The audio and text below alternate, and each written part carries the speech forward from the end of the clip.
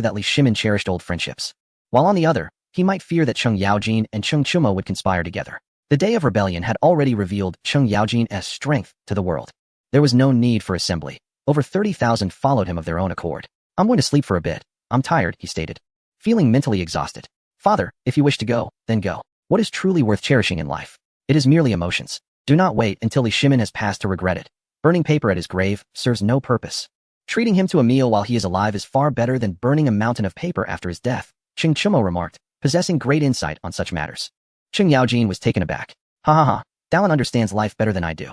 He chuckled heartily before departing to converse with an old friend, leaving Wu Meinyang and Cheng Chumo alone in the room. Wu Meinyang lowered her head, pouting. "You're deceiving me," she accused. Cheng Chumo remained silent, recognizing that the unpredictability of life was not a matter of deceit. "The timing favors Li Tai," she continued. "You once promised I would become empress. Why did you stage a night raid on the imperial city? I will not relent. You are my brother-in-law, and you must fulfill your promise. Li Ji must ascend to the throne. You have the leaves of the Tianshan Snow Lotus with you. I know you do. Do you truly believe that after consuming the Tianshan Snow Lotus, Li Shimin can survive? If he had not been provoked by Li Tai, perhaps he might have lived. Now, with the poison consuming him, his chances are grim," Cheng Chumo responded. "Li Shimin's coughing of black blood has confirmed everything. Even if he survives, he will be bedridden. Is there any meaning in that? With the court stable, can Li Shimin reclaim power? It is utterly meaningless." Cheng Chumo did not regard Li Tai as inferior to Li Ji. On the contrary, he held Li Tai in high esteem despite disliking his demeanor. Yet, one could not deny that Li Tai possessed cunning. The 7 great families were at odds over a single position. This was merely the beginning. Li Daozong would side with the Helan family, so would Zhang Shigui. Li Daozong, being a prince, held significant status and had good relations within the royal family. During Li Shimin's reign, the royal relatives had little presence. Those relatives he deemed expendable were executed without a hint of mercy. Given the current opportunity, would the royal relatives aid Li Shimin in regaining his standing? Certainly not. A solitary figure is just that, a solitary figure. And this is the price of standing at the pinnacle. The conflict between the royal family and the noble houses was the outcome Li Tai desired, and indeed, it was the best outcome. Only in this manner could the regime stabilize, in contrast to Li Shimin's relentless suppression of the noble families. The downfall of the noble families would benefit neither the Tang dynasty nor its citizens. The presence of noble officials serves as a check against the oppression of the common people by other officials, for they could face impeachment and threats from political adversaries at any moment. Without the noble families, officials could ascend unchecked. Li Tai must not be allowed to become a tyrant. Li Shimin's survival held no advantage for Cheng Chumo, thus he would not save him. Wu Meinyang, filled with reluctance, wept sorrowfully. Clinging to Cheng Chumo's arm, she pleaded, "Brother-in-law, please help me. One to you?" Cheng Chumo gently tousled Wu Meinyang's hair. "As long as you can achieve your goals, I will assist you," he replied. This posed a challenge presented to Cheng Chumo by Li Shimin. He was working on creating a generator and light bulbs, yet he encountered a bottleneck. The principles of a generator are simple, yet actual implementation proves to be quite challenging. A slight miscalculation can lead to significant failures. Technological advancement relies heavily on meticulous details. A cannon may not demand precision, but a generator cannot afford even the slightest error. It simply will not function. There is no possibility of overtaking through shortcuts. Development requires accumulation and continual improvement. This is the correct path of science. Do not be swayed by the notion that science knows no borders. Those who utter such words are traitors. Being backward invites conflict. How can one forget history after merely a few days of full bellies? Truth be told, Cheng Chumo felt incapable of achieving such feats. Wu Meinyang gazed at him blankly, wiping away her tears. "This is far too difficult. I might as well sleep with you to expedite matters." Upon reaching this thought, Wu Meinyang began to act coyly. Cheng Chumo, taken aback, responded, "Could you please behave yourself? This is your only chance. Do not resort to those sacrificial antics. I prefer clear-cut arrangements, and I assure you, I will not acknowledge any debts. You may test this if you doubt me." Wu Meinyang, realizing her plan had failed, shot Cheng Chumo a fierce glare. "I will do it," she declared. As Cheng Chumo had indicated, this was her sole opportunity. Without saving Li Shimin, Li Ji would have no chance of becoming emperor. Cheng Chumo rose. "Then you must put forth your utmost effort," he advised. He did not believe Wu Meinyang could accomplish this, even if she somehow managed it. It would take years. By then, Li Shimin would have long since passed. Wu Meinyang understood Cheng Chumo's implication. He intended to prolong Li Shimin's life. Yet, she was unwilling to concede or give up. "I will head to Fufeng County, and I intend to utilize all your resources," she declared, her eyes brimming with wisdom. Wu Meinyang had reviewed the memorials that Li Shimin had investigated regarding Cheng Chumo and was fully aware of his undertakings. She also knew that Princess Gao Yang was researching generators. In her mind, she envisioned plucking the ripe fruit. Cheng Chumo nearly laughed. Wu Meinyang seemed unaware of her own limitations. "There is no need to go to Fufeng County. You can accomplish everything at the temple in Chang'an," Cheng Chumo suggested. "Temples have wealth. Scientific research is an expensive endeavor. The legitimate businesses in Fufeng County are insufficient. One must rely on the monks. Blessings yield quick returns. Wu Mingyang agreed. The location mattered little as long as she could obtain the Tianshan Snow Lotus. Girdle. Wu Mingyang's cheeks flushed as she realized she was genuinely hungry after a day without food. Cheng Chumo instructed the servants to prepare a meal. Old Mo arrived at Cheng's residence, directly guided by a servant to meet Cheng Chumo. Master, Old Mo greeted, his demeanor somewhat uneasy. Li Huan had not accompanied Old Mo back to the village. On that day, only Li Huan was seen, as the troops of Jingzhou Prefecture did not grant them the opportunity for private discourse. After a brief encounter, Li Huan was taken away. Cheng Chumo inquired about the situation, and Lao Mo relayed the details to him. Cheng Chumo's expression darkened. Li Tai, do you think you are worthy to play these games with me? Those who dare to touch my people shall face the consequences, he said coldly. Indeed, who doesn't know that Lao Mo is the subordinate of my brother-in-law? He is merely seeking trouble, Wu Mingyang remarked, wishing fervently for a bloody showdown between Li Tai and Cheng Chumo. Chapter 218. The bloodshed provoked by Li Huan. Wu Mingyang, adding fuel to the fire, felt her mood brighten. Li Tai is courting death by daring to provoke Cheng Chumo. Does he believe he can manipulate Li Huan? Is he oblivious to Lao Mo's standing in Cheng Chumo's eyes? Li Tai truly does not understand that his attempts to control Li Huan stem from envy, fueled by the significant profits generated from the glazed pottery produced in Li Lizzie's territory. Li Tai believes Li Huan must know the origins of that pottery. Lao Mo need not worry. If someone desires death, I shall oblige, Cheng Chumo reassured him. Lao Mo nodded in agreement. In the East Palace, Li Tai was inspecting his territory, unable to satiate his curiosity. What if the Crown Prince Li Huan still refuses to divulge anything? He pondered aloud. He Lan Anwu frowned, stating, if you cannot extract information, then let it be. Li Huan is under Cheng Chumo's protection. Do not risk greater losses over trivial matters. Indeed, Li Tai replied. The glazed pottery is immensely valuable. The profits over 6 months could amount to tens of millions. If this trade is connected to the East Palace. Helan Anwu continued. He did not believe Li Tai could remain unmoved. The Helan family held a deep-seated grudge against Cheng Chumo and would seize any opportunity to undermine him. He was acutely aware that this lucrative trade was orchestrated by Cheng Chumo and that even if they could not seize it, they could not allow him to profit so comfortably. Li Tai was indeed tempted. As the crown prince, he required substantial funds to garner support and rewards. With a lucrative pottery trade, he would no longer need to fret over finances. His initial plan was to invest in Fufeng County, but he was met with outright rejection from the aristocracy, even when he offered generous terms. The reason was simple. Fufeng County was not only of utmost importance to Cheng Chumo, but also to the aristocracy. If Li Tai were to learn of the annual profits from Fufeng County, it would surely shock him. Otherwise, the aristocracy would not risk their reputation by undermining Cheng Chumo for such vast sums. I shall seek Cheng Chumo to discuss matters, Li Tai declared. He did not wish to offend Cheng Chumo over a trivial woman. Such minor affairs need not trouble your highness. I can handle them, Helan Anwu suggested. Li Tai nodded in agreement. Helan Anwu departed from the East Palace, his expression instantly turning icy. Bring forth a banquet at Dongfeng Tower, he commanded. A day later, an invitation arrived in Cheng Chumo's hands, requesting his presence at a feast at Dongfeng Tower in Li Tai's name. Cheng Chumo chuckled, glancing at Cui Wensheng, whose face wore an expression of discontent. Dongfeng Tower, the place where I invited Cheng Chumo to dine, where he was severely beaten, and to this day, I still fear sitting beneath that tree. Li Tai must have ulterior motives. This is a trap, Cui Wensheng remarked. Brother-in-law, you cannot attend. How could Li Tai have the leisure to invite you to a banquet at this time? If there is to be a banquet, it should be in the East Palace. Not at Dongfeng Tower, Wu Mingyang interjected, examining the blueprints with a perplexed expression, feeling overwhelmed by the complexity. Why not go? If I do not attend, how can I fabricate an alibi? Cheng Chumo replied. Let the uninvited come to Don Temple. Cheng Chumo picked up a piece of paper and continued to sketch, uncertain of what he was drawing, but it was something related to a generator. That night, Cheng Chumo completed his final stroke. The uninvited guest entered the cave with a look of discontent. Brother, why did you call me here? I am still hungry, he lamented. Brother, really? There were so many delicious dishes, and I had yet to eat. Cheng Chumo rose and patted his shoulder. Do not worry, we are not lacking in food, he reassured. The guest nodded heavily, trusting that his brother would not deceive him. I need you to attend the banquet. During the meal, you must test for poison.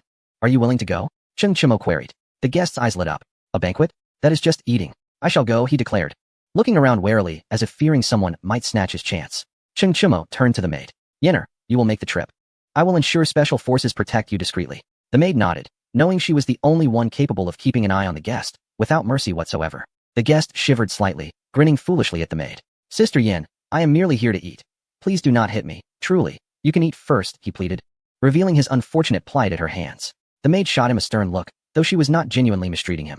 The guest donned the attire of a county prince and followed the maid out. Cheng Chumo arrived at another cave. Master, it is time for the Fufeng Three Heroes to punish the wicked and uphold justice. He bowed respectfully. Long Gui nodded in agreement. Sun Xingyao, however, wore an unwilling expression. grumbling, "Isn't this just wasting time? I refuse to go. If you do not attend, there will be no funding for you," Long Gui replied. Sun Simiao's expression soured. Producing medicine was akin to burning money, and without funding, he could accomplish nothing. "Fine, I shall go. But do not think you can command me just because you are a few years older. I am only doing this for the sake of the funding," Sun Simiao retorted, his displeasure evident, realizing he was at the mercy of his wealthy disciple. Long Gui strode out with a smug demeanor, hands clasped behind his back. At Dongfeng Tower, the guest entered and found a seat. "Damn it, where's the food? Am I here for a banquet or not? Are these idiots?" He cursed loudly, stealing glances at the maid. The maid wore a smile and nodded subtly. The guest's heart raced with excitement. This was the right course of action. He became increasingly brazen in his complaints. Helan Anwu entered, scrutinizing the guest and confirming his identity as Cheng Chumo. He admired Cheng Chumo's courage. Knowing it was a trap, he still dared to attend. Annoyed by Helan Anwu's gaze, the guest suddenly snatched a document from the table and hurled it at him. Helan Anwu's attendant hastily blocked it, only to be knocked back and cough up blood. Helan Anwu's heart raced, shocked by the guest's strength. "If you kill him, I will not hold you accountable for a month," the maid's voice echoed. The guest's eyes turned crimson at the prospect of unrestricted freedom for a month.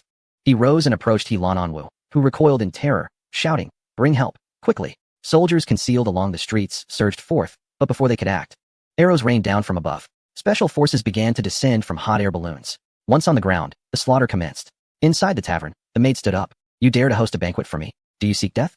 Helan Anwu exclaimed, filled with terror and fury, as his subordinates rushed towards the insatiable guest.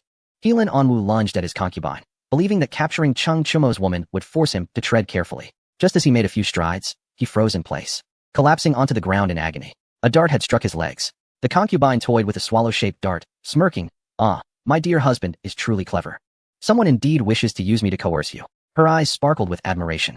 Helan Anwu could never have imagined that the most perilous individual within the tavern was not the insatiable guest, but rather the seemingly harmless and cute concubine. She was the true embodiment of ruthlessness. Having dealt with his underlings, the insatiable guest turned his attention to Helan Anwu, shivering in fear. "Sister Yin is too merciless," he thought, unable to meet the concubine's gaze. "This was my doing. Your month-long leave is now void," she said with a scoff. Helan Anwu, with a face full of despair, lamented, "It's all that fool's fault. Why did you charge at Sister Yin?" He shot a fierce glare at Helan Anwu. "Please, spare me. Do not kill me."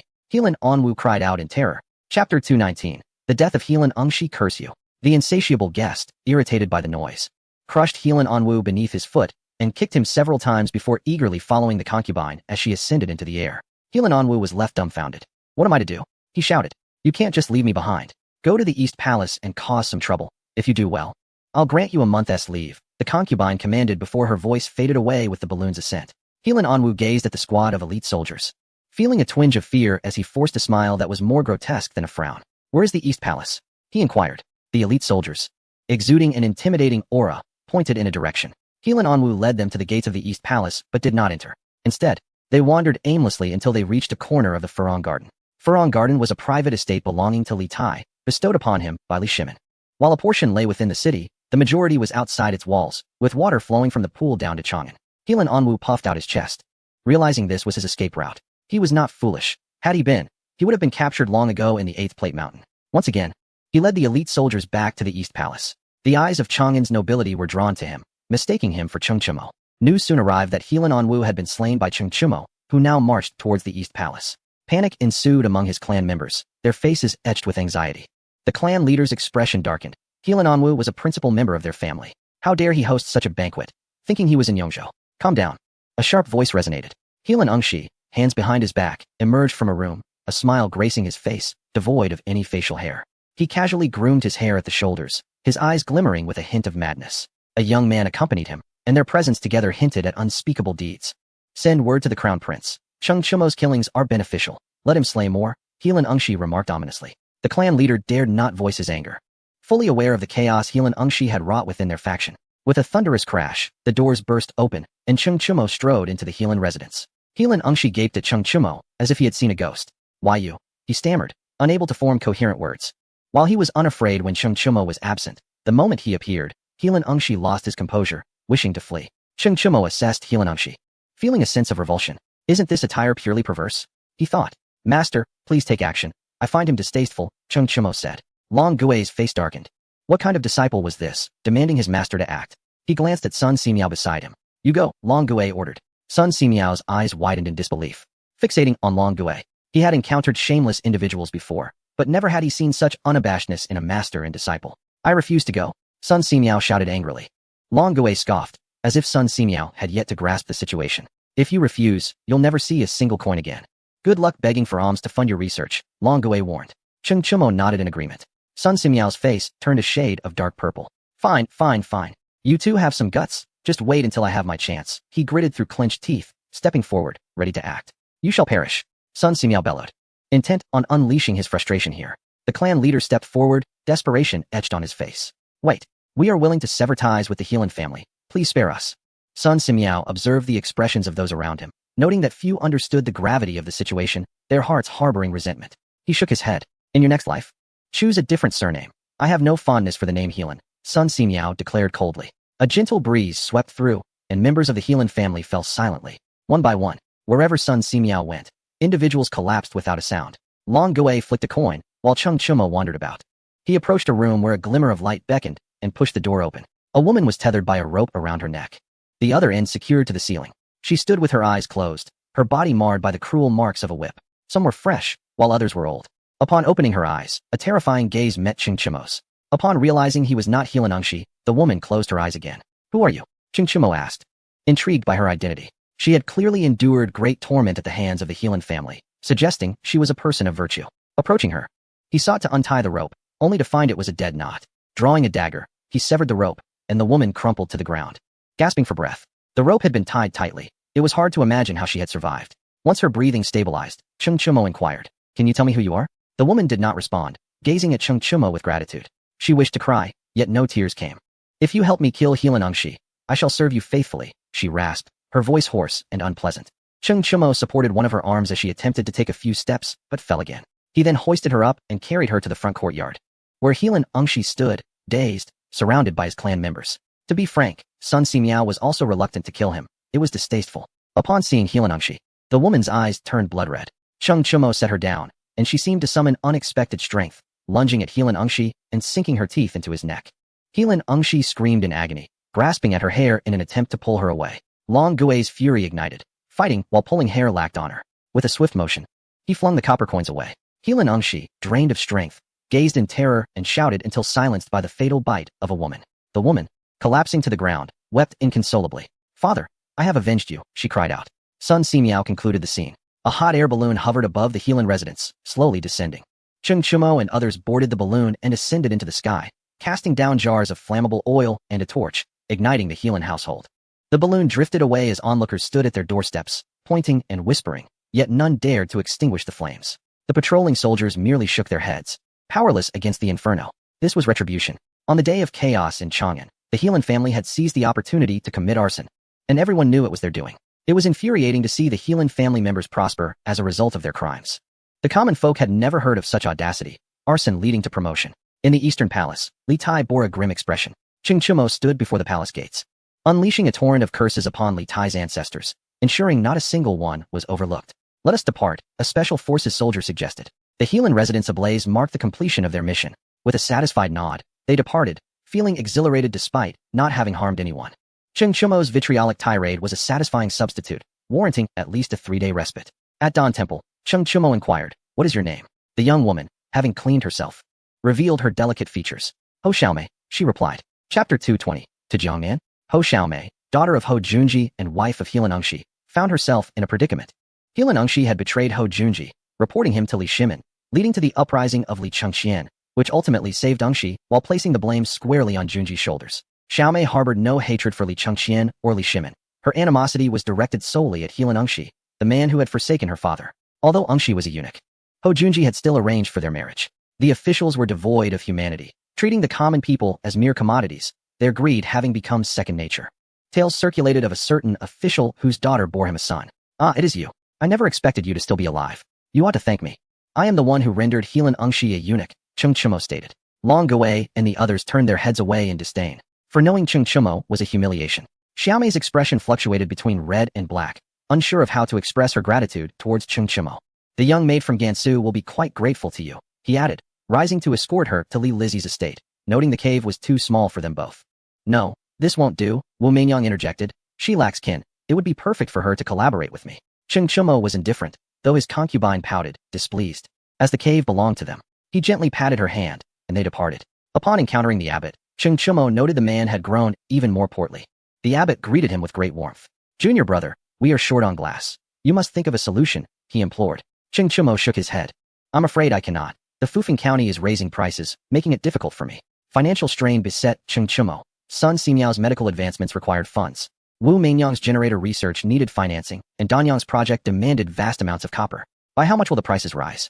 the abbot asked, suspicion clouding his expression. Cheng Chumo chuckled inwardly at the abbot's avarice, contemplating how to exploit it further. 30%, he replied. The abbot's eyes widened in shock, but he clenched his teeth and nodded in agreement. "All right, aside from glass, what else can you procure?" To mitigate losses, the abbot resolved to expand his business. Cheng Chumo, inspired, thought it was time to promote glass windows, revealing, Fufeng County indeed possesses a batch of exquisite glass that could replace paper windows. Though it is costly, 10,000 coins per piece. Xiaomei stared at him in disbelief. 10,000 coins? Those glass pieces are everywhere, yet you ask for such a price? Her eyes sparkled with delight at the thought of new garments. The abbot, unsure of the glass's value, ultimately trusted Cheng Chumo, realizing that should his claims be true, it would lead to great fortune. "May I see it first?" he inquired. "Certainly, I shall arrange it," Cheng Chumo assured him. The abbot rejoiced, "Rest assured. I will not let you suffer losses. Your associates are in need of funds. Let them use as they please. I may not have many talents, but I am wealthy." Cheng Chumo expressed heartfelt gratitude. "You are a good man, brother. I will ensure you become the most revered monk in the Tang dynasty." His sincerity was apparent. He intended to develop a network to expedite wealth accumulation. The abbot, moved, prepared to leverage his connections. "If I could truly become a high monk, I would heed your every word." He understood that only through sacrifice could one attain salvation. "Who will enter hell if I do not?" "Amitabha," the abbot said. Palms pressed together again. Xiaomei could not contain her laughter. It was all quite amusing. Cheng Chumo, maintaining a serious demeanor, assured, "Do not worry. I will take care of it." He then departed with Xiaomei, purchasing an abundance of clothing. "Why so many garments?" she asked, puzzled. "For our journey," he replied. She said no more, cradling the clothes with a beaming smile. The next morning, during the court assembly, Li Tai's expression darkened as Cheng Chumo entered the hall with his hands clasped behind his back. "Return Li Huan to me, and I demand the position of Grand General for the Jiangnan campaign," he stated boldly. Li Tai, suppressing his fury, found the ministers helpless during Li Shimin's reign. Cheng Chumo had been audacious, yet never this brazen. Now he sought a grand title. After careful consideration, Li Tai concluded that he could not grant the title of Grand General. He bowed to Cheng Chumo, for an emperor cannot lower his head. Once lowered, it can never be raised again. Nonsense. Though you have accomplished much, you must not let your talents lead to arrogance. The position of Grand General of the army is untenable, and the post of military governor of Jiangnan is vacant. Go and assume that role. Moreover, the Grand General of Jiangnan is the maternal uncle of the Empress. I cannot allow her to rest uneasily in the afterlife. Li Tai spoke. Cheng Chumo cast a profound glance at Li Tai, secretly admiring him. At this moment, mentioning Empress Changsun was perfectly timed, achieving both a show of strength and a restoration of face. Cheng Chumo bowed deeply. "Thank you, Your Highness. Ha ha ha, we are kin. I hope your tenure in Jiangnan will lead to its economic flourishing." Li Tai laughed heartily. Cheng Chumo's bow was not easily given, and the ministers regarded Li Tai with newfound respect. Such a maneuver was admirable. As Cheng Chumo departed the grand hall, Li Tai turned to the officials of noble families. "Can we ascertain who was responsible for the massacre yesterday?" Li Tai inquired. He knew it was Cheng Chumo, and so did the ministers, yet there was no evidence. When he was at the Li family, Cheng Chumo had played a clever game of feigned transparency, and today was no different. They had begun to suspect there were two Cheng Chumos, but could not confirm it. "Natural disaster," one noble official suggested. Li Tai sighed inwardly. It seemed the Heelan family could not be saved. He cursed the deceased Heelan Anwu for his foolishness. "Did you truly believe you could trap Cheng Chumo at a banquet? If Li Shimin had wished to do so, he would have acted long ago. Your arrogance has led to the complete annihilation of the Chang'an branch." After the court session, Li Tai promptly sent someone to escort Li Huan to the estate of Li Lizzie. At this time, Li Huan was showing a pronounced pregnancy. Lao Amo circled around her. "Am I to have a child?" Lao Amo asked, somewhat incredulously. Li Huan beamed, caressing her belly. A luxurious carriage approached. Xiazhu dismounted. "Congratulations, Sister Li Huan. This carriage is a gift for you. It's the latest model," Xiazhu said with a bright smile. Time had left no trace on Xiazhu's face, but her demeanor had matured beyond the playful girl of yore. Li Huan nodded, refraining from discussing matters of children, for women can be jealous, even among close friends. Xiazhu, still single, did not wish to provoke her. "I will accompany the master to Jiangnan. Here, son, he will take over. The master has instructed you to rest, and you may stay at the villa in Fufeng County. The conditions are excellent," Xiazhu added, presenting a key to Li Huan. Lao Mo's eyes glistened with emotion. The master was not merely speaking, he had provided a key. Lao Mo understood Cheng Chumo's intent. The village was no longer safe, and there was concern that those with ill intentions might use Li Huan against him. The villa was the safest place. No one would dare to stir trouble in Fufeng County. Chapter 221. Flames of war erupt after parting from her estate. Xia Zhu went to the temple to meet Qing Chimo. After many years, she longed to rush into his embrace, but restrained herself, remembering her status. Greetings, master. Xia Zhu said. The concubine pouted, her eyes filled with jealousy. She felt invisible in Qing Chimo's presence. She attempted to interject, but Cui Wensheng cleared his throat softly. And the concubine looked at him in confusion. Theoretically, she was Cui Wensheng's stepmother, and their relationship was close. Mind your words. Xia Zhu has followed Brother Cheng for over a decade. There is nothing regarding Qing Chimo that she does not know, Cui Wensheng whispered. Some matters should remain unspoken. He did not wish for the concubine to vie for favor beside Qing Chimo. It was a futile endeavor. She must recognize her own position. The concubine quickly changed her demeanor, fully aware of her identity. Xia Zhu had accompanied the master for over 10 years, even if they were not married. Their bond surpassed that of spouses. It was certainly more complicated than it appeared. Master, you appear stronger. But what of that scar by your eye? Xia Zhu remarked. The concubine was startled, realizing just how perceptive Xia Zhu was. She truly understood the master well. The scar by Qing Chimo's eye was difficult to notice unless one looked closely. Truly, you are my mirror, more observant than I am. How have you fared these past 2 years? Qing Chimo smiled.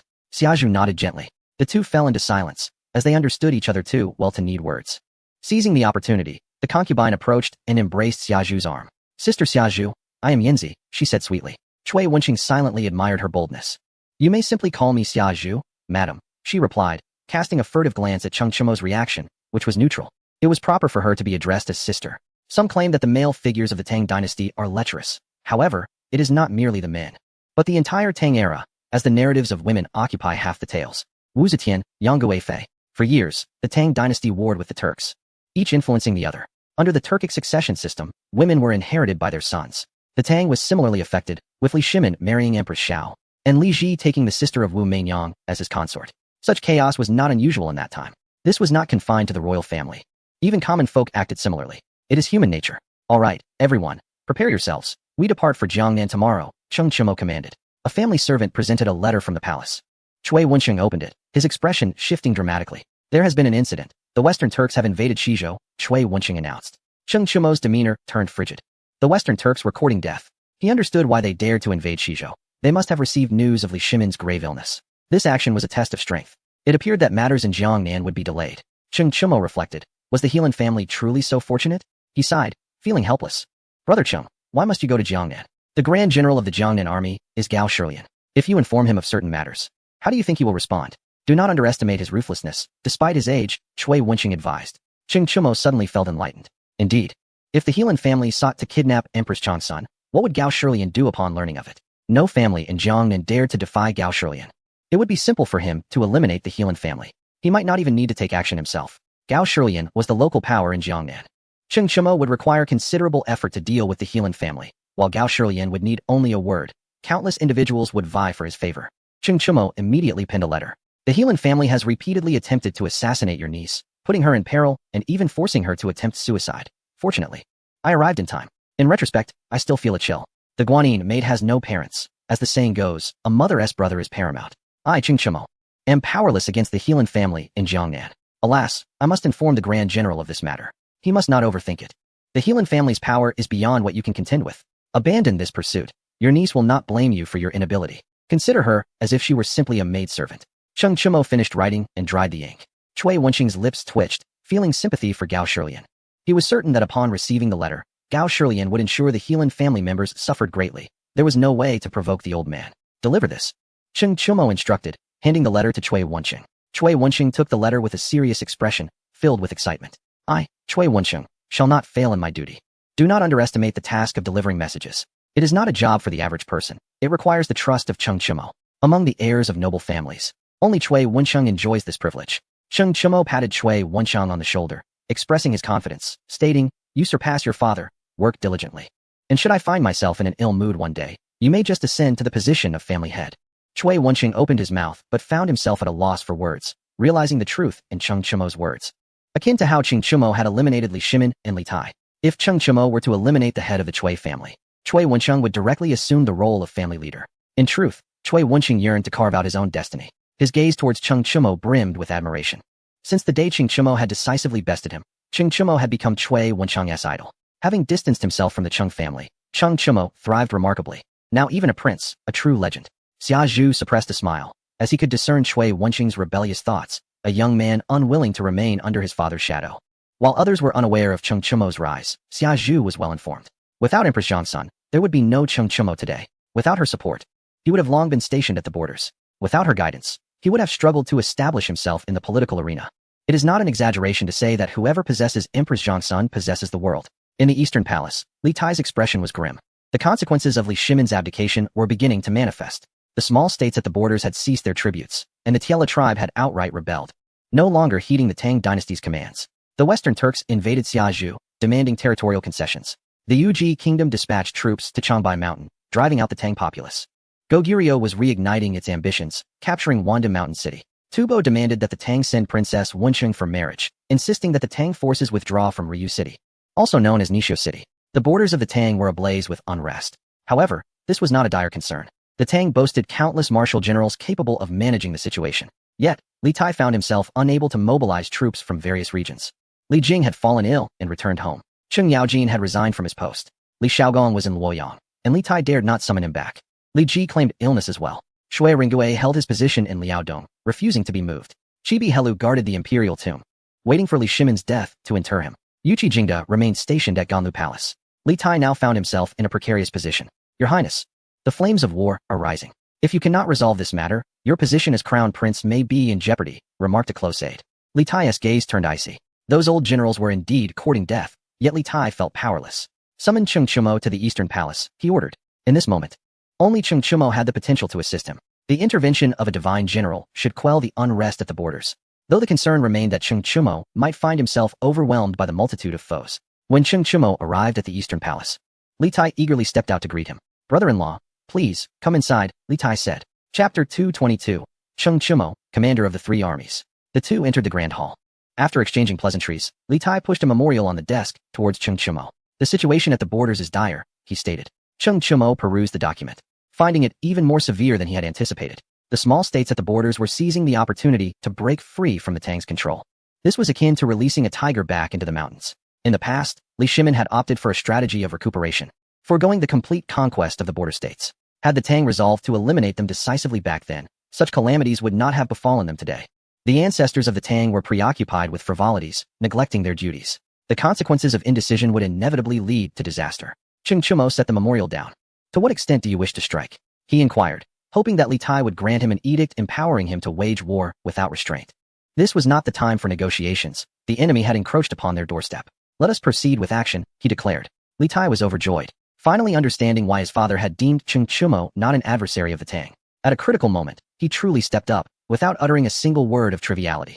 After a moment as contemplation, Li Tai asked, Brother-in-law, to where do you wish to advance? How many soldiers do you require? 100,000. To where? I have yet to decide. If you provide me with troops, I will annihilate the enemy wherever I go. The Tang requires resources, and I may even contend with the Arab Empire, Cheng Chumo replied. Li Tai's blood surged with excitement upon hearing this. He was unafraid of Cheng Chumo's capabilities. The farther he could strike, the better, for all merit would ultimately belong to the emperor. Cheng Chumo would merely gain a nominal recognition akin to Li Jing. The Tang possesses an army of 850,000 soldiers. I can mobilize 50,000. Can you lead 50,000 troops to potentially annihilate the Tiela tribe? Li Tai asked. To strike fear into the others, the Tang cannot eliminate all small states. We must first subdue one to establish dominance. The Tiela tribe is a vassal state. Their rebellion has brought disgrace upon the Tang. If we cannot even manage our own affairs, how can we intimidate other nations? Cheng Chumo articulated. Are there issues with military provisions? He inquired further. Li Tai confidently assured him that there were no problems with supplies. The Tang had enjoyed favorable weather over the past few years, leading to surplus grain. Cheng Chumo rose from his seat. Then it is settled. I will advance from Gansu, traversing through the Western Turks directly to the Tiela tribe, and I shall pay a visit to Changbai Mountain as well. I wish to see who dares to challenge us. He proclaimed assertively. Li Tai stood and bowed deeply to Cheng Chumo, feeling a surge of gratitude. Cheng Chumo's timely assistance was akin to providing coal in a snowstorm, especially during this challenging time for Li Tai, marking a significant test of his resolve. The martial generals were merely spectators, reluctant to yield to him. Only Cheng Chumo spoke with unwavering determination. To where shall we strike? This was the audacity of a legendary general. An edict was swiftly issued, promoting Cheng Chumo to commander of the three armies. Any regional governors who failed to cooperate would face execution. An auspicious date for mobilization was selected. The citizens of Chang'an rejoiced as the prolonged gloom dissipated. The legendary General S intervention would ensure that those small states daring to provoke the Tang were courting their demise. To invigorate the populace, Li Tai launched a campaign to publicize how foreign nations had oppressed the citizens of the Tang, even invoking tales from the Sui dynasty. Scholars gathered before the palace, petitioning for the annihilation of those who dared to bully the citizens of the Tang. Li Tai promptly issued a decree declaring war on all neighboring states. In the court, he declared, "I have resolved to declare war on neighboring nations. Those who offend the Tang shall be punished, regardless of distance." Li Tai found this phrase commendable, believing it perfectly suited the Tang's current predicaments. "Your Highness, this course of action is inhumane and will disrupt border harmony," a minister cautioned. Li Tai's expression darkened. He rose in outrage. "How dare they speak of harmony with the Tang? Issue my decree. We seek land, not people," he thundered. During this time, he had been stifled with frustration, facing foreign invasions without capable generals to command. Pointing at the minister, he declared, "You must be a spy for the enemy. Take him out and execute him. Present his head to General Cheng for a tribute. Traitors shall face the annihilation of their clans. I shall not spare even 3 generations," Li Tai added coldly. The minister was instantly struck with terror. "Humph," Li Tai scoffed. The officials hastily bowed and paid their respects. "Your Highness is wise," they all declared in unison. Only after witnessing the gravity of the situation did they realize who Li Tai truly was and feel fear. This battle was pivotal for the nation's fate. Any office that dared to neglect their duties would be dealt with as traitors, and I would demand their entire clan's heads, Li Tai reiterated. The officials trembled at his words. Experiencing Li Tai's ruthless nature, one dared not be negligent, responding in unison. Li Tai surveyed the surroundings, a cold smile forming within. "As long as you dare to betray, I shall make you regret it." That very afternoon, the family of that official, totaling 136 souls, was slaughtered. Their heads sent to Fufeng County. Cheng Chumo had already returned to Fufeng County to reorganize the troops. Upon receiving the heads, Cheng Chumo laughed heartily. Li Tai's resolve was apparent, resonating with his temperament. He informed the crown prince that he, the county king, would not disappoint the expectations of the people. Cheng Chumo spoke to the eunuch, who bowed and departed. Cheng Chumo looked towards the Fufeng Jinbei army, deciding to select the remaining 2 armies himself. The entire force was ordered to advance towards Gansu. Cheng Chumo stated, there was no need for grandiloquent rhetoric. His sense of righteousness was sufficient. The troops set forth as Cheng Chumo began drafting orders. He commanded Li Ku and Zhang Daliang to lead troops out of Sichuan to rendezvous in Gansu. He also ordered Cheng Meng to lead the Tianyuan left guard into Gansu for the same purpose. The orders were entrusted to a messenger. Cheng Chumo donned light armor, mounted his horse, and set off. In Gansu, within a villa surrounded by crystal-clear waters, Empress Changsun set aside her embroidery frame. "Your Majesty has crossed the river and will arrive in Gansu within a month." Li Ku has already entered Gansu, and the Tianyuan left guard has reached the western borders of the Turkic tribes, reported the one-armed maid. The maid's expression softened. Her enemies had met a gruesome end. Empress Changsun sighed, aware of the events transpiring in Chang'an. Worrying was futile. She ordered the dispatch of messengers to the Li clan in Longxi, demanding 1,000,000 stones of grain from Gansu, and informed the Songzan officials that Cheng Chumo required 500,000 stones. Any shortfall would lead to his destruction. She commanded the Tibetan rebel forces to provide the same amount, under the same threat. The one-armed maid set off to fulfill these orders. Wu Song clung to Empress Changsun's arm. "Sister, why are you doing this? Didn't the court say they would be responsible for provisions?" Wu Song inquired. Empress Changsun pinched her nose gently. With food in hand, one remains unperturbed. War is a battle of attrition. Trusting others is less reliable than trusting oneself. Wu Song nodded, feeling her sister's words to be profoundly correct. In the Tibetan royal city, Songzan Kanbu threw Empress Changsun's letter to the ground. The ministers hastily picked it up. "Your Majesty, calm your anger. We cannot provoke Cheng Chumo. He currently commands 150,000 troops. If he allies with the rebels, we cannot withstand it," the ministers advised.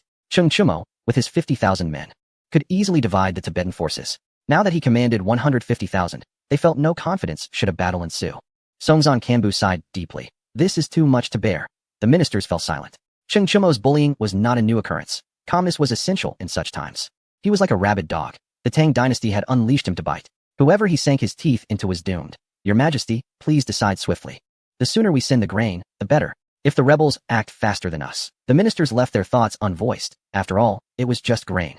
It would be better to be forthright and deliver it quickly rather than delay and risk falling behind the rebels. In the rebel stronghold, the rebel leader laughed heartily. "Cheng Chumo wants grain? Huh. Well, give him whatever he desires." He was not afraid of Cheng Chumo's requests. Rather, he feared the day when Cheng Chumo asked for nothing, for the favors he owed would prove invaluable in acquiring weapons in the future. In Longxi, Li Qingwen exclaimed, "Brother, my husband demands grain. How much do you intend to give?" Her eyes sparkled with cunning. She would not settle for less, as Cheng Chumo's wife had contributed. And she had none. How would she manage when she married into that family? Being a part of the alliance, unlike the other women who were in true love, She aimed to secure as many benefits as possible while she was still unmarried. Li Jun's lips twitched. With the head of the family absent, I have the final say.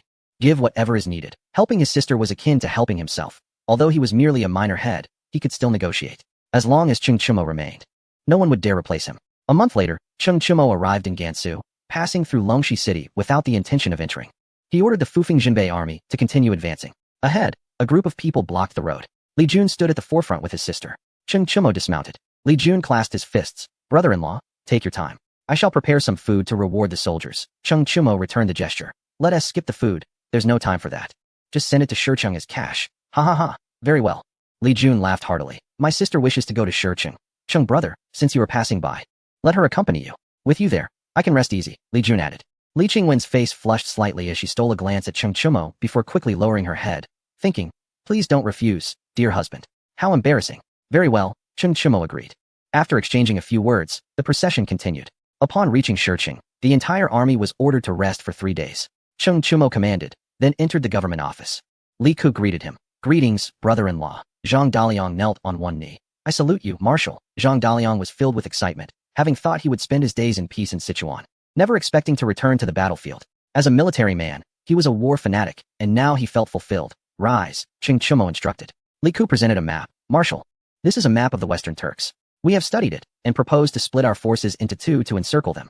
The Turkic army will surely retreat to aid their own. This was the outcome of his and Zhang Daliang's deliberations. Chung Chumo shook his head. In invading the Tang dynasty, they shall remain here forever. Shall we grant them the opportunity to retreat? What absurdity! They shall be buried in the yellow earth, and next year, the farmers shall prosper. You lack experience in prairie warfare. The plains are vast, with no city battles to engage in. The tempo of war is swift, and regrouping requires time. The central route must be unified, splitting the Western Turks in 2, Chung Chumo asserted. The 2 men exchanged serious glances, a hint of concern on their faces. The Western Turks were formidable foes. What if they became encircled without splitting their forces? 150,000 seemed numerous, but once on the prairie, they resembled fishing boats at sea. Without dividing their forces, there would only be one supply line. If it were severed, 150,000 would become sheep awaiting slaughter. Who is responsible for the transportation of grain? Zhang Daliang inquired. The army has yet to move, yet the grain must arrive first. The officer in charge of transport cannot be a political rival, for the consequences would be dire. Chung Chumo was unaware of who the transport officer was. He needed to wait. He would not deploy until the supplies were secured. The 3 men exchanged a few brief discussions. Prepare and rest. In 3 days, the 3 armies will rendezvous. Once the grain arrives, we shall launch an offensive, Chung Chumo commanded. The 2 men complied. Chung Chumo arrived at the waterside villa 10 miles from Shicheng. Wusong had gone to the military camp, leaving only Empress Changsun behind. The one-armed maid bowed respectfully upon seeing Chung Chumo, her eyes filled with gratitude. Just as she prepared to speak, Chung Chumo silenced her with a shushing gesture and stealthily approached the villa. The Empress Changsun donned a delicate chest-length skirt, resembling a pink butterfly dancing gracefully upon the azure waters. Chung Chumo stood transfixed, observing as the Empress strolled quietly along the floating bridge, pausing intermittently. Fish leapt playfully from the water, eager to display their agility. Giggling, do you wish to leap over the dragon gate? Do your best, the Empress cheerfully encouraged.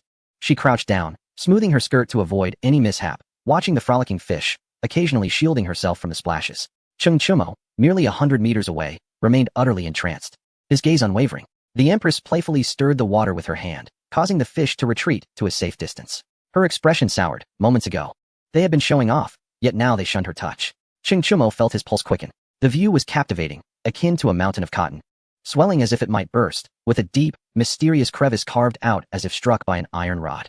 At times, it quivered, as if caressed by a gentle breeze. Sensing something, the Empress raised her head, locking eyes with Chung Chumo. Her face lit up with delight, only to be followed by a startled gasp as she hurriedly covered her chest, giving Chung Chumo a sharp glare. You returned without a word, humph, she teased. Chung Chumo, with hands clasped behind his back, feigned innocence. I saw nothing, he replied, stepping closer to the Empress. Isn't it truly beautiful here? Chung Chumo remarked. The Empress remained seated, continuing to play with the water. Chung Chumo stole glances from the corner of his eye, noting her smile. You mustn't look. You should crouch down too and observe the fish, she instructed. Reluctantly, Chung Chumo complied, thinking it a pity. He gazed at the koi in the pond, unable to comprehend their allure. Observe the Li, the Empress whispered. Chung Chumo understood, asking, are we here to watch Chang'an? Do you wish to return? The Empress shook her head. Would you accompany me for a drink? She inquired, her gaze enticing. Chung Chumo, lost in admiration, nodded foolishly. The Empress summoned her maid to prepare, and soon they were presented with vibrant red wine and a selection of delicacies. They shared drink after drink. In the midst of confusion, The onlooker remains clear, the koi leaping from the pond, mistaking it for the dragon gate. Unwittingly seals their fate, the Empress remarked. Her cheeks flushed with a hint of intoxication. Is the Guanyin maid referring to Li Tai? Cheng Chumo asked, placing his cup down, anticipating the Empress's response. He knew she had much to say. Indeed, Li Tai resembles Li Shimin, yet it is merely a resemblance. He lacks the forbearance. Li Shimin had been preparing for the Xuanwu Gate incident for 3 years, while Li Tai ascended in a day. Does he truly believe Li Shimin is so easily deceived? The Empress explained. Cheng Chumo fell silent, recognizing that Li Shimin had indeed fallen to a secondary role, hindered by his health. Do not underestimate a man capable of killing his own brother or son. He will employ any means necessary to achieve his goals, the Empress warned. Are you suggesting he is motivated by the Tianshan Snow Lotus? Cheng Chumo queried. The Empress ceased speaking. This may be Li Shimin's test. Drawing out all enemies of the Li family to eliminate them in one fell swoop. If he cannot discern loyalty from treachery, let Li Tai do it. In warfare, deception is paramount. Sometimes retreating can yield unexpected advantages. Be cautious moving forward, do you understand? I have arranged provisions for you. 200,000 stones, ample for your expedition. No matter who the grain officer is, they cannot impede you. The Shadow Right Guard is here. Should any trouble arise, Long Zhan will assist you, the Empress softly advised. Cheng Chumo moved to stand behind her, and she leaned back against him, playfully shaking her head. No need to flatter. I am quite accustomed to it, she chuckled, unable to suppress her laughter. Chapter 224. Paying the public grain. Glass windows. Cheng Chumo gently pressed on the Empress's shoulder, her face radiating contentment as she closed her eyes. Her delicate lashes fluttering. Shall we return to the room? He asked. No, this place is quite lovely, she replied, her voice growing softer. The water villa was surrounded by walls, ensuring a serene atmosphere, with female guards providing security. Time passed, and a one-armed maid exited the courtyard, closing the door behind her. Cheng Chumo felt bemused. Surely she couldn't be that eager. She had yet to experience the world. Li Qingwen arrived on horseback at the entrance. Greetings, my lady. The one-armed maid bowed. Li Qingwen dismounted. No need for formalities. Is my sister inside? She inquired, presenting a jade pendant to the maid. This is for you, she added. The maid, taken aback, tried to refuse, but Li Qingwen gently pressed her hand down. Wear it. It's very lovely, she insisted. As a newcomer, Li Qingwen understood the importance of establishing rapport, gifting the maid to ensure she would provide help when needed. She reserved such gestures for the one-armed maid, a personal attendant to the Empress, elevating her status. Thank you, my lady. The maid finally accepted, genuinely appreciating the pendant, her first cherished possession. The Empress had little regard for such trifles, offering only embroidery or clothing as rewards. Li Qingwen's smile widened. Is my sister inside? She asked again. The maid hesitated, unsure how to respond. A faint sound emerged from within, causing Li Qingwen to lean closer to the door, her face flushing crimson as she quickly stood upright, momentarily at a loss for words. Your sister is quite fair, Li Qingwen remarked, attempting to ease the tension. The maid remained silent, refraining from commenting on the Empress. Li Qingwen playfully stuck out her tongue, choosing not to elaborate further. After a lengthy wait, the villa fell silent. Li Qingwen pushed the door open, finding the Empress languidly reclining in a chair, a round fan in hand. Greetings, my sister, Li Qingwen said, standing beside the Empress and taking the fan to cool her down. Did you see everything? The Empress teased, unperturbed. Li Qingwen merely nodded. The Empress noticed the young girl's shy demeanor. You should stay here from now on, she suggested. Li Qingwen's heart soared, her earlier embarrassment vanishing. This place is truly beautiful, with bamboo groves and villas. I've heard of a particularly exquisite villa in Fufeng County, surrounded by water. Summers can be difficult with the croaking of frogs. Sister, the Longshi Li family raises many cranes. Shall we ask for a few? Li Qingwen proposed. Empress Changsun expressed her satisfaction with Li Qingwen, recognizing her identity and understanding the importance of assisting her husband's family. It's quite noisy here at night. It would be wonderful to have a few cranes, the Empress remarked. Li Qingwen felt a surge of joy. The Empress's approval promised a bright future ahead. It was said that Empress Changsun was virtuous, and her words were not without merit. Li Qingwen gazed into the distance, observing Cheng Chumo gesturing from the window. Sister, what is my husband doing? She inquired. The Empress shot Cheng Chumo a disapproving glance. Pay her no mind, she admonished, her irritation inexplicable. After taking measurements, Cheng Chumo beckoned to a maid. Go inform the special troops to transport the items here, he commanded. The maid complied. Half an hour later, the special troops arrived with horse-drawn carts, beginning to unload. Cheng Chumo wielded a diamond to cut glass, asserting that without such tools, one should not undertake ceramic tasks. This diamond, about the size of a fist, was acquired from a monk who claimed it was cursed, capable of engraving 3 lifetimes and drawing in one's soul, leaving the afflicted in a state akin to a vegetative existence. The monk suggested that the best remedy was to bury it beneath a Buddha statue, where it could be quelled after a millennium. The diamond's owner, fully convinced, entrusted it to the monk, who in turn generously gifted a piece of glass in exchange, thereby enhancing his reputation as a demon dispeller. Once the glass was cut, the special troops commenced installation. The glass was not transparent. It had a slight yellow tint with some bubbles, indicative of the still developing craftsmanship. The 5-story villa was completed, and the empress stared in awe, gazing outside with her mouth agape. Unable to articulate her astonishment, Li Qingwen exhibited an expression of someone unaccustomed to such sights, tentatively reaching out to touch the glass before retracting her hand hastily. Cheng Chimo, brimming with pride, cast a sideways glance at the two women, exuding arrogance. My goodness, how much did this cost? The empress murmured. 10,000 guans each, Cheng Chimo replied, reveling in the power of knowledge. The empress's face darkened as she pinched Cheng Chimo's ear. You wasteful man, 10,000 guans for one piece. How could you spend so much? I could strangle you. She chided, though it was evident that she was quite pleased. Rest assured, these were all crafted by us. Cheng Chimo hastily clarified. The empress's mood lightened at the revelation that it was self-made, and thus less costly. Li Qingwen, taken aback, realized that these were all Cheng Chimo's creations. Could it be that the glass circulating in the market was also his handiwork? A shiver ran down her spine. Was the wealth of the Tang dynasty truly within reach? She gazed at Cheng Chimo with admiration, feeling faint and collapsing. Cheng Chimo, still clutching his ear, had no time to assist her. I acted impulsively. I regret it, Li Qingwen stammered, her face flushed with embarrassment. After exchanging a few more words, Empress Changsun led Qingwen to prepare a meal. Cheng Chimo retrieved several pieces of convex glass to begin crafting a telescope, an essential tool for warfare. With this device, scouts could double their reconnaissance range, allowing Cheng Chimo to be immediately aware of any enemy movements. He completed a single-barrel telescope and tested it, finding it satisfactory despite its imperfections. He resolved to continue crafting, knowing that practice would yield refinement. After dinner, Li Qingwen announced, I shall make a trip to Longxi and bring back a few red-crowned cranes. She fixed her gaze on Cheng Chimo, clearly implying that she wanted his company. Cheng Chimo, however, was preoccupied. Make haste and return swiftly, he instructed. Li Qingwen bit her lip and lowered her head, feeling helpless. The empress sighed, aware that Cheng Chimo was rather obstinate, not considering her feelings. You shall accompany her, the empress insisted. Li Qingwen felt a surge of gratitude. This was her first visit home since arriving here, and Cheng Chimo's absence would signify her lack of standing within his family. In noble families, reputation was paramount. In truth, she would rather not return than go alone. If Cheng Chimo did not value her, neither would his family. A married daughter is like spilled water, and her reputation depended on her husband's family. Very well, Cheng Chimo conceded. In their journey to Longxi, Cheng Chimo mounted Li Qingwen on a horse, and they rode swiftly toward the city. Upon their arrival, they found the city gates closed. Open the gates, called the special troops riding behind them. With war imminent, Cheng Chimo would not venture out alone. The soldiers on guard quickly relayed the message, and soon, Li Jun and the Li family members came to greet them. Seeing his sister riding with Cheng Chimo brought a smile to Li Jun's face, and the family elders nodded in approval. It was clear that Qingwen had some influence, as her return with Cheng Chimo indicated her favored status. Upon entering the Li residence, Li Qingwen sat confidently beside Cheng Chimo. The more she displayed this demeanor, the more pleased the family elders became. My sister has a fondness for red-crowned cranes. I have heard your family possesses some? She inquired, her tone cool and commanding. As the wife of a duke, she carried the necessary air of authority. Li Jun offered a wry smile, feeling somewhat powerless. Yes, but how many does the princess require? He asked. 6, please, she replied. The family elders had no objections. It was a trivial request. Cheng Chimo, contemplating something, leaned close to Li Qingwen and whispered a few words. Her cheeks flushed, and she turned to Li Jun. I also require 100 cannons, no fewer, she declared, excitement bubbling within her at the prospect of exerting influence over the Li family. Li Jun found himself at a loss, glancing at the elders, who exchanged glances and nodded slightly. Sure, one of them agreed. Li Qingwen was taken aback. Were they truly so generous? And I need 10,000 shells, she added. The elders' expressions tightened. This girl was relentless.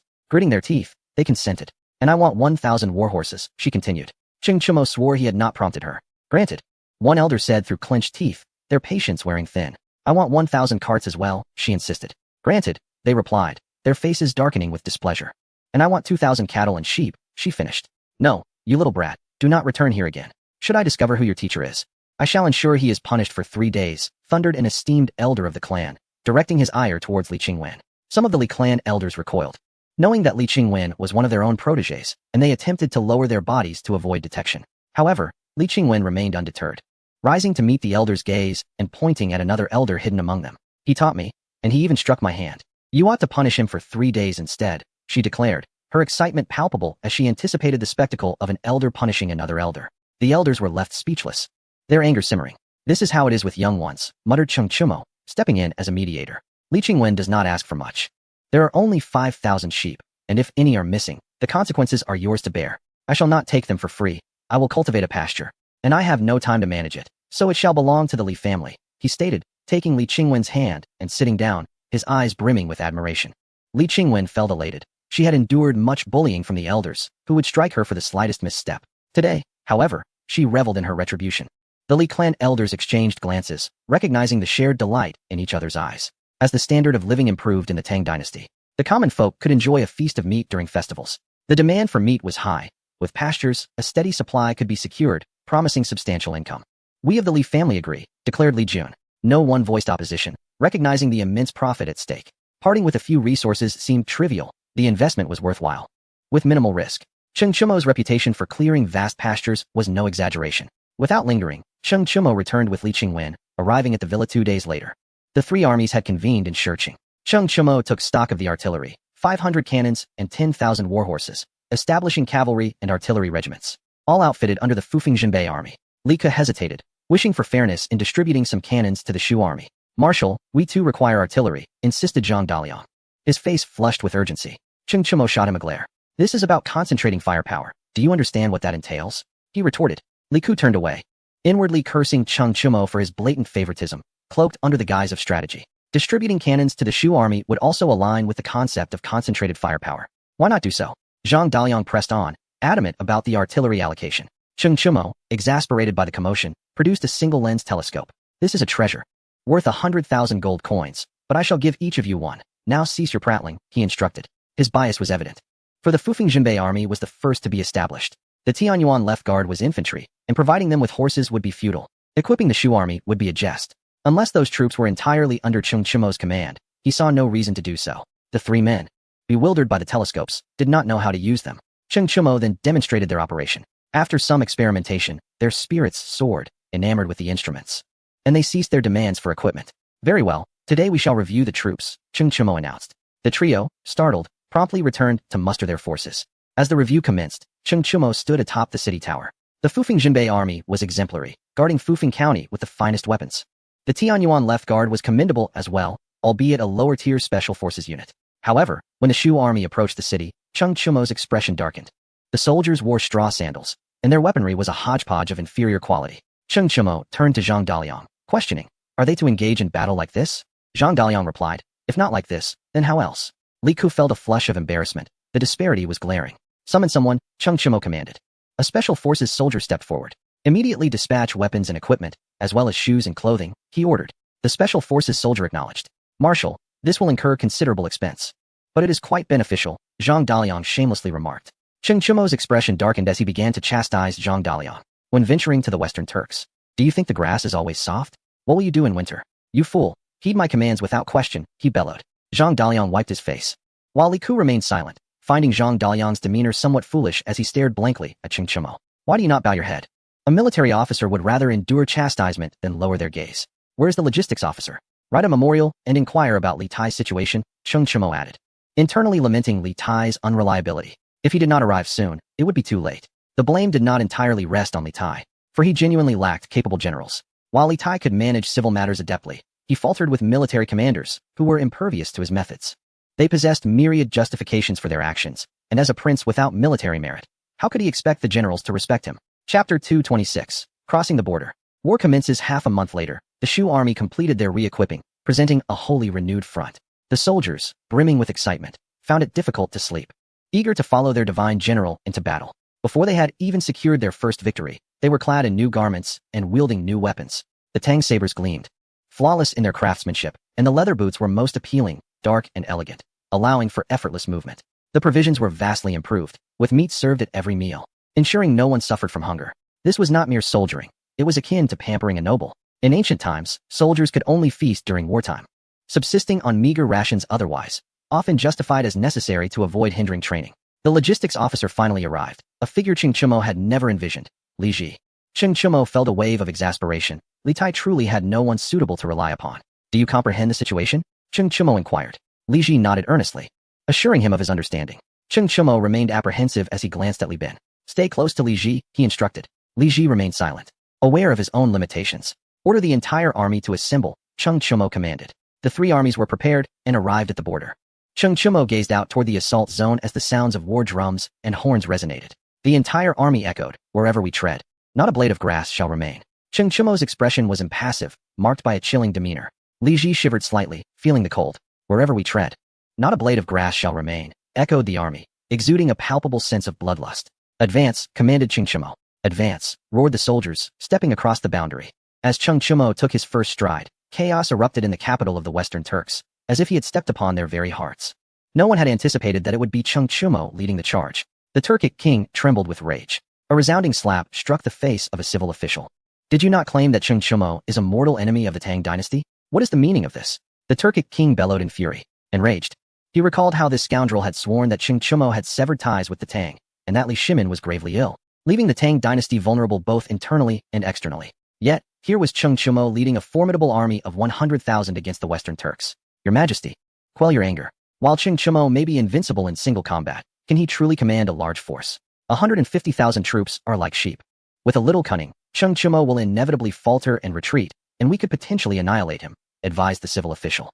The Turkic king pondered for a moment and acknowledged this reasoning. Indeed, while Cheng Chimo might excel in duels, commanding an army was another matter entirely. Who among you will venture to test the waters? The king inquired. All martial generals turned their gaze towards one individual, a man renowned as the foremost fortunate general of the Western Turks. Having encountered Cheng Chimo twice, he had managed to retreat unscathed. The fortunate general wore a solemn expression. He could not afford to show fear at this moment, for that would spell his end. Rest assured, I have faced Cheng Chimo twice without defeat. I shall go forth to gauge his strength, he declared confidently. The ministers nodded approvingly. Indeed, the fortunate general exuded assurance in the face of Cheng Chimo. Even if he could not triumph over Cheng, he could stall him for several days, allowing the troops from Xianzhou to regroup and encircle Cheng Chimo later. Very well. You shall lead 10,000 men, commanded the Turkic king. Perhaps we should also summon support from the Tiela tribe, suggested a minister. The king nodded and immediately sent word. The Turks and the Tiela tribe shared a common ancestry. As Cheng Chimo crossed the border, he began to rampage, seizing cattle and sheep indiscriminately. Today, an unusual occurrence unfolded. A disheveled young man squatted on the ground, asking passers-by if they had seen a Turkic leader described as having a square face, a long beard, and triangular eyes. Today, this young man obstructed Cheng Chimo's path. Sir, have you encountered a Turk with a square face, triangular eyes, and a long beard? He inquired earnestly. How dare you? Step aside. The marshal is not someone you can impede. Li Ku rebuked him. Cheng Chimo waved his hand dismissively and dismounted, approaching the youth to lift his hair. From the corners of his eyes, it was evident that the young man was not older than 30, yet his face bore the weight of sorrow. Who are you? Cheng Chimo asked. The young man met Cheng's gaze, and Cheng had never seen such a sorrowful expression. I hail from Shurcheng, and I have not seen the person you describe, he replied. In truth, he had seen him many years ago. The young man offered a bitter smile. So it is Shurcheng. I apologize for the intrusion. I take my leave. And with that, he turned to depart. Wait, the Special Forces captain interjected. Suddenly, he remembered who the young man was. He had been a beggar in Shurcheng. It was he who had sought aid in Jiangnan, and after delivering the message, he had vanished. The Special Forces relayed the information to Cheng Chimo. Cheng clasped his fists in gratitude. It could be said that this youth had saved Shurcheng. Care for a drink? Cheng Chimo asked. The young man did not decline, and they sat on the grass together to share a drink. What are you searching for? Cheng inquired. The youth's face was etched with bitterness as he gazed into the distance, recounting his past. The Turks deserve to perish. That year, I set forth with my wife, only to be besieged by the Turks. They killed indiscriminately and looted everything. My wife and I were separated in the chaos. And I heard that she was taken by the Turks, he lamented. Your wife would not happen to be a princess of the previous dynasty, would she? Cheng Chimo asked. The young man was taken aback, but then smiled ruefully. Such concerns are misplaced. I can no longer find my wife. So what does it matter if she was a princess? Indeed, he replied. Cheng Chimo rose to his feet. Haha, you are fortunate. A few years ago, while traversing the Turks, I saved a woman who was also a princess. She was pregnant and could not find her husband. She is currently in Fufeng County. Cheng Chimo recounted. The youth's eyes widened in disbelief. He stood rigidly, taken aback. Cheng Chimo shook his head in exasperation. Is it possible to faint from just a few words? He muttered to himself. It was understandable. The youth, driven by a singular obsession, sought his wife. And upon hearing news of her, could hardly withstand the emotional weight. A person who has gone days without food might find themselves overwhelmed when suddenly presented with meat.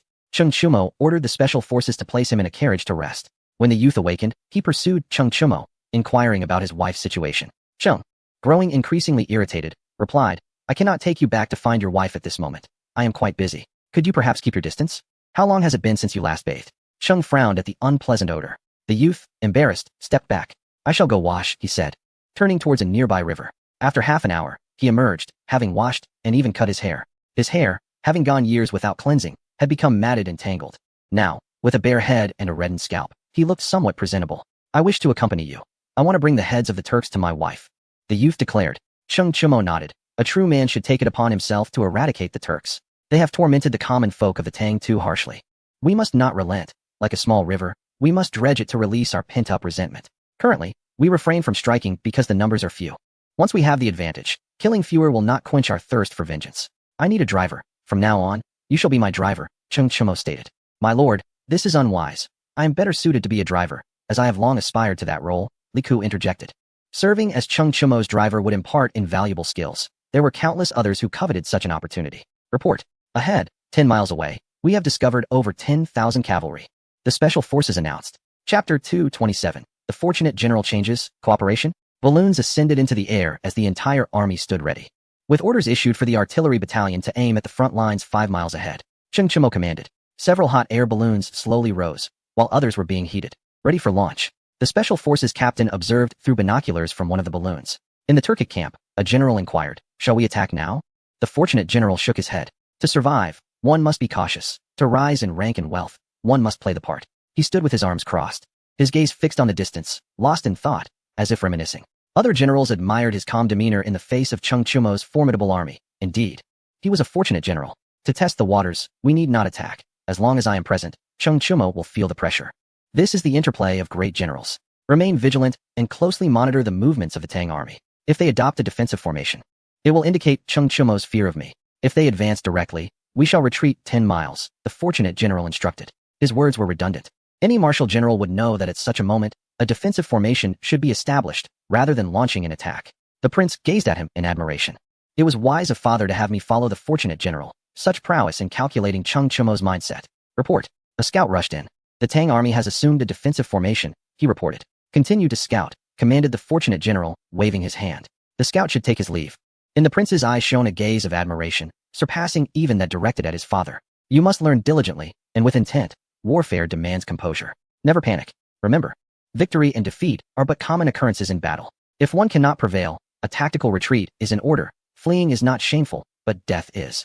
The fortune general spoke with an air of inscrutability. Oh my, you are truly remarkable, the prince remarked. The fortune general, displaying indifference, had grown accustomed to such flattery. The other military leaders voiced their agreement, affirming the truth of his words. The fortune general felt a sense of elation.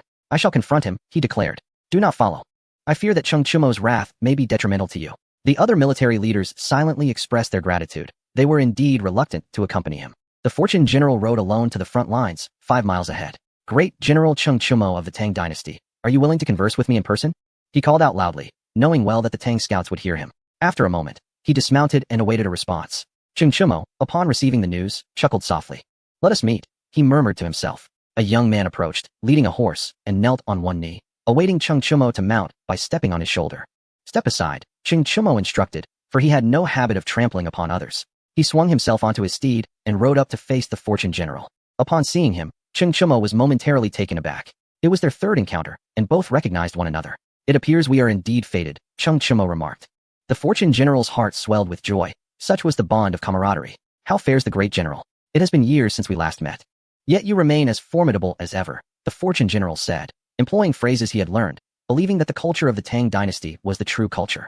While considering others as barbaric, one should not strike a smiling face. Cheng Chumo smiled in return, honoring the gesture. The fortune general's excitement grew.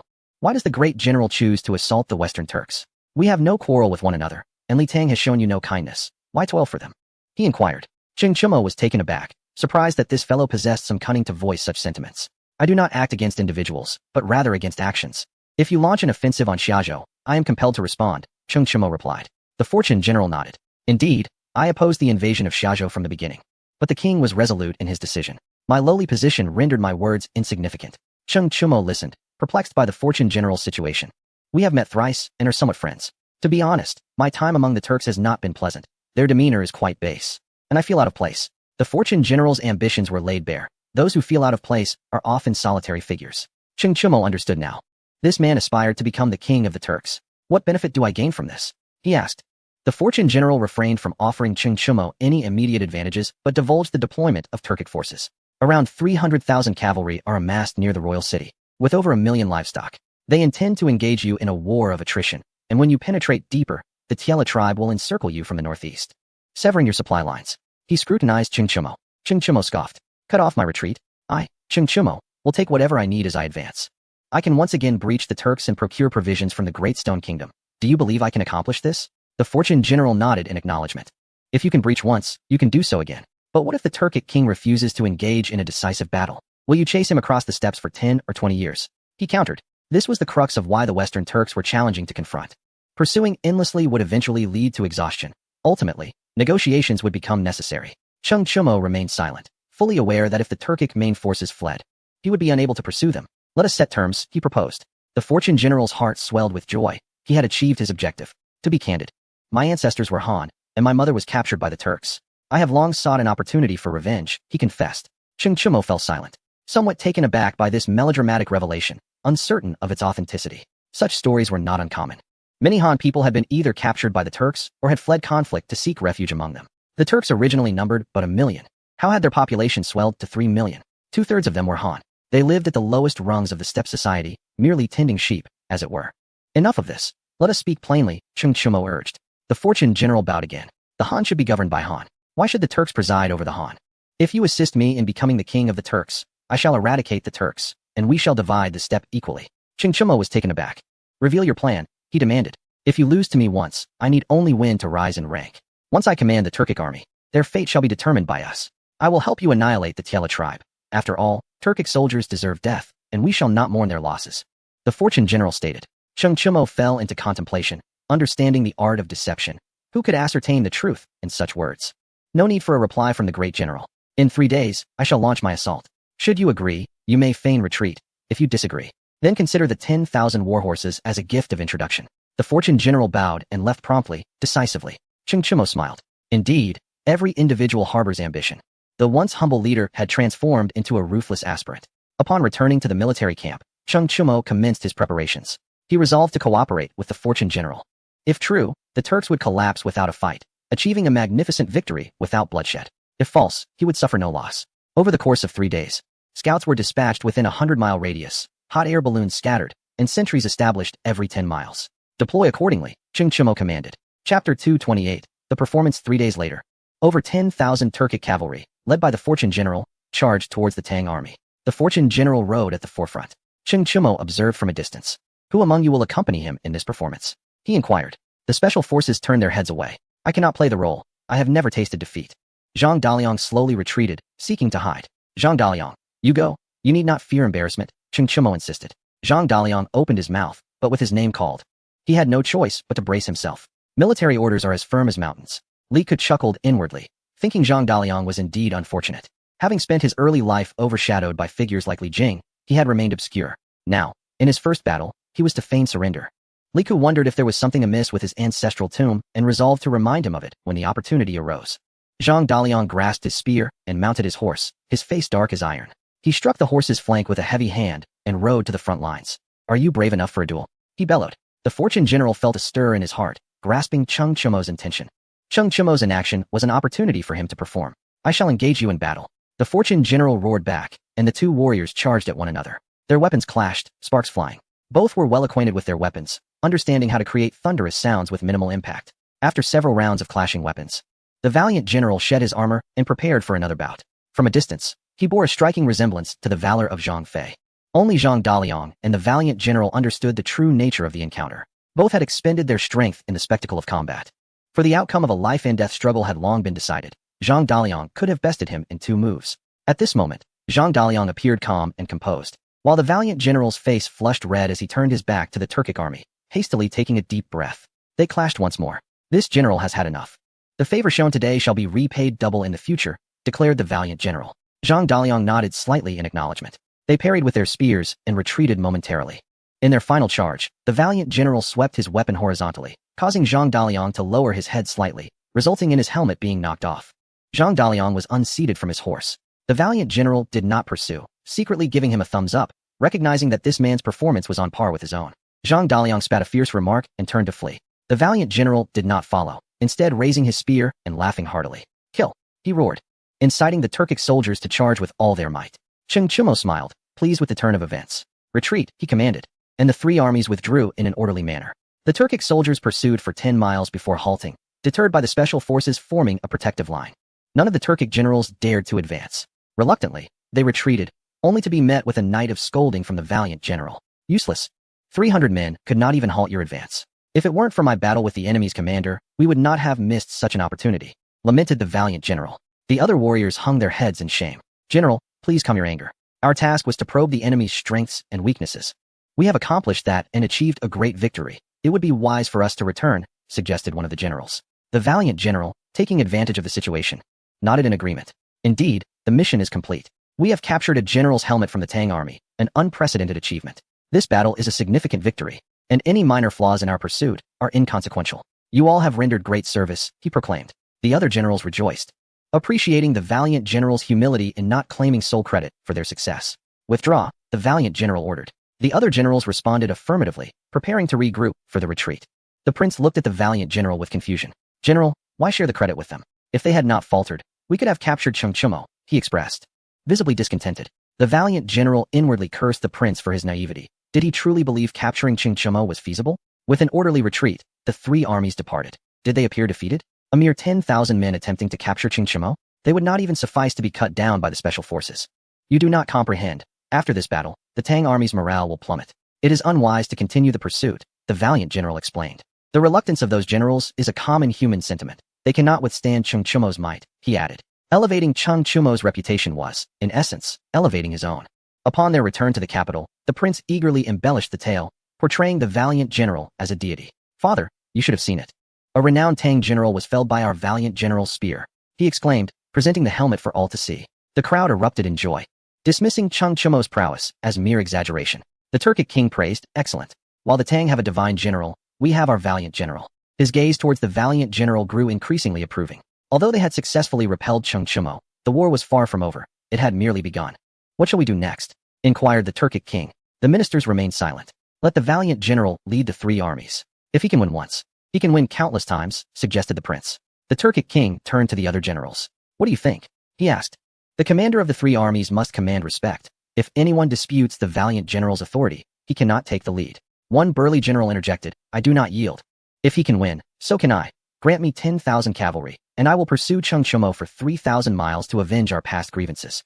The Turkic king fell silent. Cheng Chumo had been defeated once, and now the king no longer feared him. As the burly general stated, a single defeat could lead to countless more. We concur, the other generals echoed. However, some held reservations about allowing the valiant general to take command.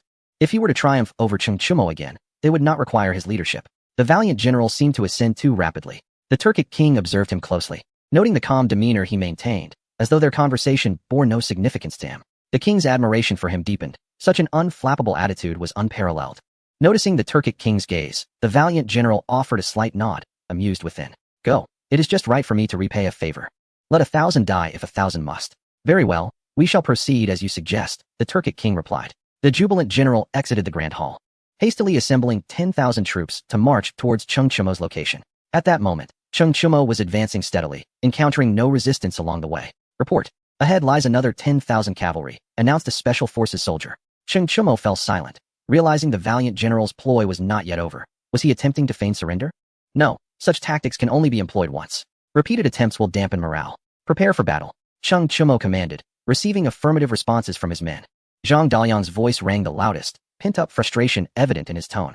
Let us avoid unnecessary losses. Our artillery is plentiful. We shall take him down with 10,000 shells. Cheng Chumo ordered. Zhang Daliang's expression darkened. He was out of options. The Turkic cavalry charged forward without hesitation, and as they neared the Tang army, the cannon fire erupted. Shells rained down upon them, and the Turkic steeds, unaccustomed to such a display, panicked, scattering in all directions.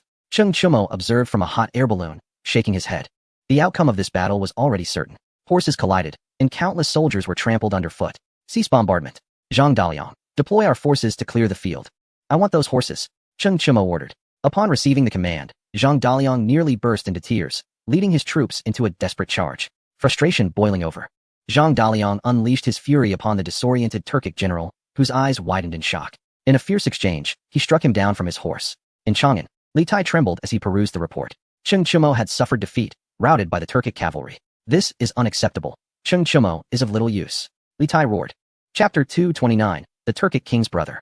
Li Tai urgently needed Cheng Chumo to secure a victory. As the crown prince, he found himself in a precarious position. If Cheng Chumo could achieve even a minor triumph, he could assert himself in the court. The fact that Cheng Chumo was being pushed back by 10,000 cavalry incited Li Tai's wrath. Your Highness, please remain calm, Liang Luoren advised.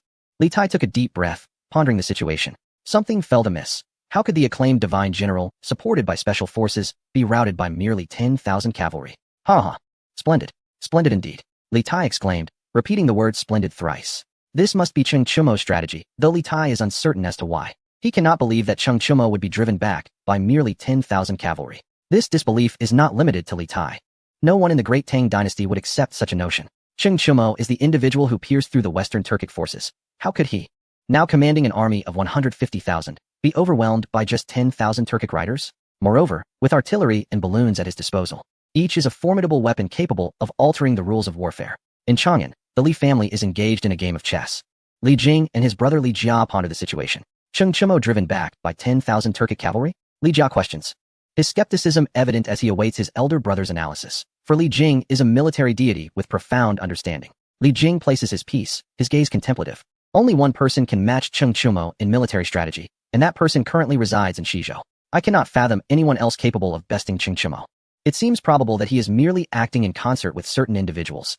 This interpretation is the only one that makes sense. Li Jing asserts, convinced it is a stratagem. Otherwise, there is no reason for retreat, for the Western Turks lack a notable commander who could compel Cheng Chumo's forces to withdraw. Regarding ground forces, Cheng Chumo wields artillery. And even the fiercest Turkic cavalry would be ineffective unless faced with persistent torrential rains that would hinder the artillery's performance. Furthermore, Cheng Chumo possesses aerial superiority, a dominance that even Li Jing does not feel confident confronting. Contemplating this, Li Jing's expression darkens. That technology he has dispatched individuals to study for an extended period has yielded no results. What could possibly ignite without a source? Could this be the core technology? The thought of this brings Li Jing considerable distress. In his pursuit of this knowledge, he has exhausted his wealth, finally understanding why Cheng Chumo, despite his riches, still seeks more. Technology indeed consumes vast resources. He can assure that even a nation's might would be insufficient for such endeavors. Indeed, Cheng Chumo employs biogas, a revolutionary innovation. If the Arab world were to be integrated, it would simplify matters significantly, for there, oil is easily extracted, akin to the underground water of the Tang dynasty. Digging a pit, even a little deeper, may yield oil. Currently, oil holds little value, and the Tang dynasty refers to that land as a filthy place. When he returns, I shall swallow my pride and inquire about the origin of that rootless fire. Li Jing resolves firmly, intent on acquiring it. What shall you do about your concubine? Li Jia inquires. Li Jing's countenance darkens. It is lamentable that a renowned general should exhibit such avarice and lust. Cheng Chumo sneezes. Zhang Daliang stands before him, brimming with excitement. This battle has truly invigorated me. Commander, I spared not a single one of those 10,000. They were all slain, akin to capturing pigs. Zhang Daliang exclaims. Pigs? How does one capture pigs? Li Ke questions. Your Highness, have you never eaten pork or seen a pig run? Zhang Daliang replies helplessly. The prince seems oblivious to the matter. Li Ke's face flushes with embarrassment, for he genuinely does not know what a running pig looks like. Zhang Daliang ceases to respond. Gazing upwards at the tent ceiling, feeling exasperated, Li Ke casts a pleading glance at Cheng Chumo, who stands with an air of disdain. This fellow is utterly inept. As a prince, you should return home to raise children. If you possess neither diligence nor knowledge of grains, what use are you? Cheng Chumo remarks. Li Ke opens his mouth to speak. Zhang Daliang scratches his head, perplexed. He understands the former's lack of diligence, but what are the 5 grains in the latter's statement? Many readers may not know, and I do not either. Those who do, please enlighten us. What are the 5 grains, Commander? Zhang Daliang asks. Cheng Chumo shoots him a glare before turning to leave. Defeating 10,000 cavalry, Cheng Chumo allocates 1,000 horses to the Shu army, with the remainder belonging to the Fufeng Jinbei army. The main force continues onward, encountering several waves of resistance, all dealt with by Zhang Daliang alone. 3 months later, they are a mere 100 miles from the royal city. Cheng Chumo orders the army to halt. He intends to wait. Within the royal city, the Turkic king wears a grim expression, glaring at his generals. We dispatched 10,000 men to fight, and what is the outcome? Not one returned. Cheng Chumo stands at our gates, 100 miles away. This is a profound humiliation. In the past, when our kings gathered, it was a sight of great grandeur. Poised at the Weishui River, how can we allow ourselves to be bullied by Cheng Chumo? The Turkic king laments. The generals dare not speak. They cannot bring themselves to confront Cheng Chumo again. Those 10,000 perished without a sound. The Turkic king sighs internally, glancing at the Fortune general, forcing a smile. What strategy do you propose, Fortune general? He inquires. The Fortune general shakes his head. Now that Cheng Chumo is 100 miles away, had he been 1,000 miles off, I would have had a plan. Now, the opportunity has slipped away, but there may still be a way, the Fortune general responds. All eyes turn to him. Does he indeed have a solution? If he does, that would be fortunate. The Fortune general refrains from speaking further. Certain matters must remain unspoken as he desires to become commander. Are you willing to lead a charge? The Turkic king asks. The Fortune general smiles ruefully. I can lead men into battle, but that would be akin to sending them to their deaths. Should your majesty command, I shall not dare to disobey. Please issue your decree, he replies. The Turkic king lapses into silence. The Fortune General is currently the only one capable of contending with Ching Chumo. He must not perish. His death would trigger a chain reaction that the Turkic king cannot accept. The morale of the troops would collapse with the loss of the Fortune General. They have elevated him too highly. Then we shall hold our ground and await the arrival of my brother, the Turkic king decides. In his heart, he believes that there can only be one commander, his brother. No one else will suffice. Although the Fortune General possesses ability, he still trusts his brother. The generals take their leave, and the Fortune General exits the Grand Hall. He can discern the Turkic king's intentions, which revolve around the mightiest warrior of the Turkic people, his brother. If that is the case, do not blame me for my ruthlessness. I initially intended to emulate Dong Zhuo by seizing the emperor to command the lords, but it seems there is no need for the emperor. The Fortune General muses to himself.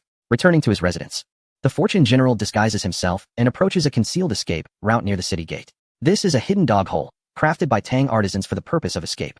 After traversing the dog hole, he arrives at a nearby grove where more than 10 individuals await. All of them are Tang people. Let us proceed, the Fortune General commands. They arrive at a hillock, sparsely dotted with trees. The Fortune General bows before Ching Chumo. There has been an unexpected turn of events. The Turkic king's brother is aware of this. If he does not perish, I cannot attain the position of commander, the Fortune General states. Ching Chumo furrows his brow. For he does not know who the Turkic king's brother is. He is the one who invaded Shizhou, the Fortune General adds. Ching Chumo's face darkens with anger. Those who invade the Tang dynasty must pay the price. You must ascertain their precise location, and I shall ensure they suffer consequences, Ching Chumo asserts. The Fortune General bows once more. The two engage in further discussion, ultimately deciding to lure the Turkic king's brother into a basin. Ching Chumo plans to entomb them with artillery. 10,000 shells for the Turkic king's brother. Chapter 230. Besieging the Turkic king's brother. Ching Chumo returns to prepare. The Fortune General also readies himself. Ching Chumo finds a depression, at the center of which lies a modest lakeside. He rides around the lake. This is an excellent watering hole for horses, Ching Chumo remarks. Upon arriving at the edge of the basin, 5 concealed artillery positions were identified. Ching Chumo was prepared to make his move here, while the general, Fu Jiang, had begun his approach. My king. I am concerned that Ching Chumo might employ the tactic of surrounding and attacking reinforcements, as he is indeed a disciple of Li Jing. Fu Jiang expressed with evident worry upon entering the Great Hall to address the Turkic king. The king was taken aback, realizing the gravity of the situation. Indeed, how could Li Jing's apprentice not utilize such a strategy? What will happen if my exhausted forces are cornered by Ching Chumo? He pondered. Fortunately, Fu Jiang had provided a timely warning. You are correct. Ching Chumo will not forego the chance to surround and attack reinforcements. What should we do? The king inquired. Fu Jiang shook his head, asserting, this matter requires your decisive leadership, my king. He suggested maintaining a cautious approach, allowing for plausible deniability should Ching Chumo fail, thereby avoiding blame. The Turkic king fell into contemplation, glancing at his ministers, who were lost in deep thought. Perhaps we should have my brother march at night. Under the cover of darkness? Proposed a civil servant. However, the notion was met with disdain, for civilian involvement in military matters was deemed foolish. Will marching at night not be noticed? Absolutely not. It would be self-deception. As long as Ching Chumo's sentries are vigilant, they will surely detect us, Fu Jiang asserted. The ministers nodded in agreement, recognizing the wisdom in Fu Jiang's words. Instead, let us conceal the army. I am aware of a nearby basin with water, where we can remain hidden indefinitely, suggested another civil servant. Fu Jiang internally applauded the idea, as it alleviated much of his burden. He had anticipated that someone would propose such a suggestion, which he could then counter until the notion of hiding the army was raised. Thankfully, a fool had come forward to assist. The Turkic king agreed. This is indeed a sound strategy. Let my brother conceal himself and await the moment when the royal city dispatches its forces. At that time, we shall strike from both sides, ensuring Ching Chumo's defeat. Very well, summon my brother and instruct him to hide in that basin, waiting for the royal city to launch an assault, so we can capture Ching Chumo alive, commanded the king. The ministers responded in unison. 2 weeks later, the Turkic prince arrived at the basin as instructed. After ordering scouts to meticulously assess the surroundings, he felt secure enough to set camp. This place seems suitable, he mused, although a military officer voiced concern. If we are surrounded, how will we break free? The Turkic prince waved dismissively. There are capable individuals among the Turkic forces. Not everyone is a fool. I have 200,000 troops, while Ching Chumo commands only 150,000. What can he do to encircle us? Ching Chumo is not Li Jing, though he is called a divine general. He is merely a man of brute strength. Countless warriors from my homeland can surpass him. The Turkic prince regarded his sole rival as the military deity Li Jing, dismissing Ching Chumo entirely. How could a mere youth compare to a seasoned warrior like myself? Even if he possesses some fighting prowess, it is but raw strength. I have heard he was recently defeated by the pompous Fu Jiang. Such a person was unworthy of leading an army, he thought, lamenting the lack of capable commanders in the Tang dynasty. Rest assured, I shall maintain control. Order the 3 armies to encamp around this lake, the prince commanded, also instructing scouts to probe 50 miles ahead. Despite underestimating Cheng Chumo, he understood that war left no room for carelessness. Upon receiving intelligence, Cheng Chumo swiftly organized his forces. He had not concealed his artillery. The 5 artillery positions were already marked discreetly. Hot air balloons ascended, carrying the artillery aloft. The 3 armies surged forth, racing towards the basin. Advance at full speed. We must encircle the basin by tomorrow morning, Cheng Chumo directed. Zhang Daliang and the others complied. Throughout the night, they marched 100 miles. As dawn broke, exhaustion overtook everyone. Suddenly, cannon fire erupted from 5 artillery positions, encircling 200,000 Turkic soldiers within the basin. The horses, startled, bolted chaotically, leaving the Turkic soldiers disoriented and aimless. The Turkic prince was taken aback. He had never encountered such a situation where his horses refused to heed commands. The strength of Turkic cavalry relied upon obedient steeds, yet now they scattered in terror. Without horses, the Turkic soldiers were rendered powerless. Meanwhile, Tang soldiers began to seize the frenzied horses, countless steeds, beyond reckoning. Zhang Daliang trembled with excitement, contemplating whether the commander would allocate all the horses to the Fufeng Jinbei army, though he hoped to secure at least 10,000 for the Shuzhou army. We must capture every last one without letting any escape, he urged, eagerly anticipating fortune. While the Tianyuan left guard remained inactive, allowing the horses to flee. Half a day passed, yet the Turkic prince had not organized his troops. The Tianyuan left guard charged into the basin, engaging the Turkic infantry. The outcome was unmistakable. The Turkic soldiers were swiftly defeated, falling apart under the onslaught. The Fufeng Jinbei army outside relentlessly cleared the fleeing Turkic soldiers, leaving none behind. The battle raged for 3 days, resulting in the deaths of half of the 200,000 Turkic soldiers, with the remainder shrinking into the main camp. Cheng Chumo, observing through his telescope, commanded artillery strikes every 3 hours. The bombardment persisted for 3 days, rendering the Turkic camp lifeless. Turkic soldiers, beleaguered by fatigue, attempted to sleep beneath the thunder of cannon fire.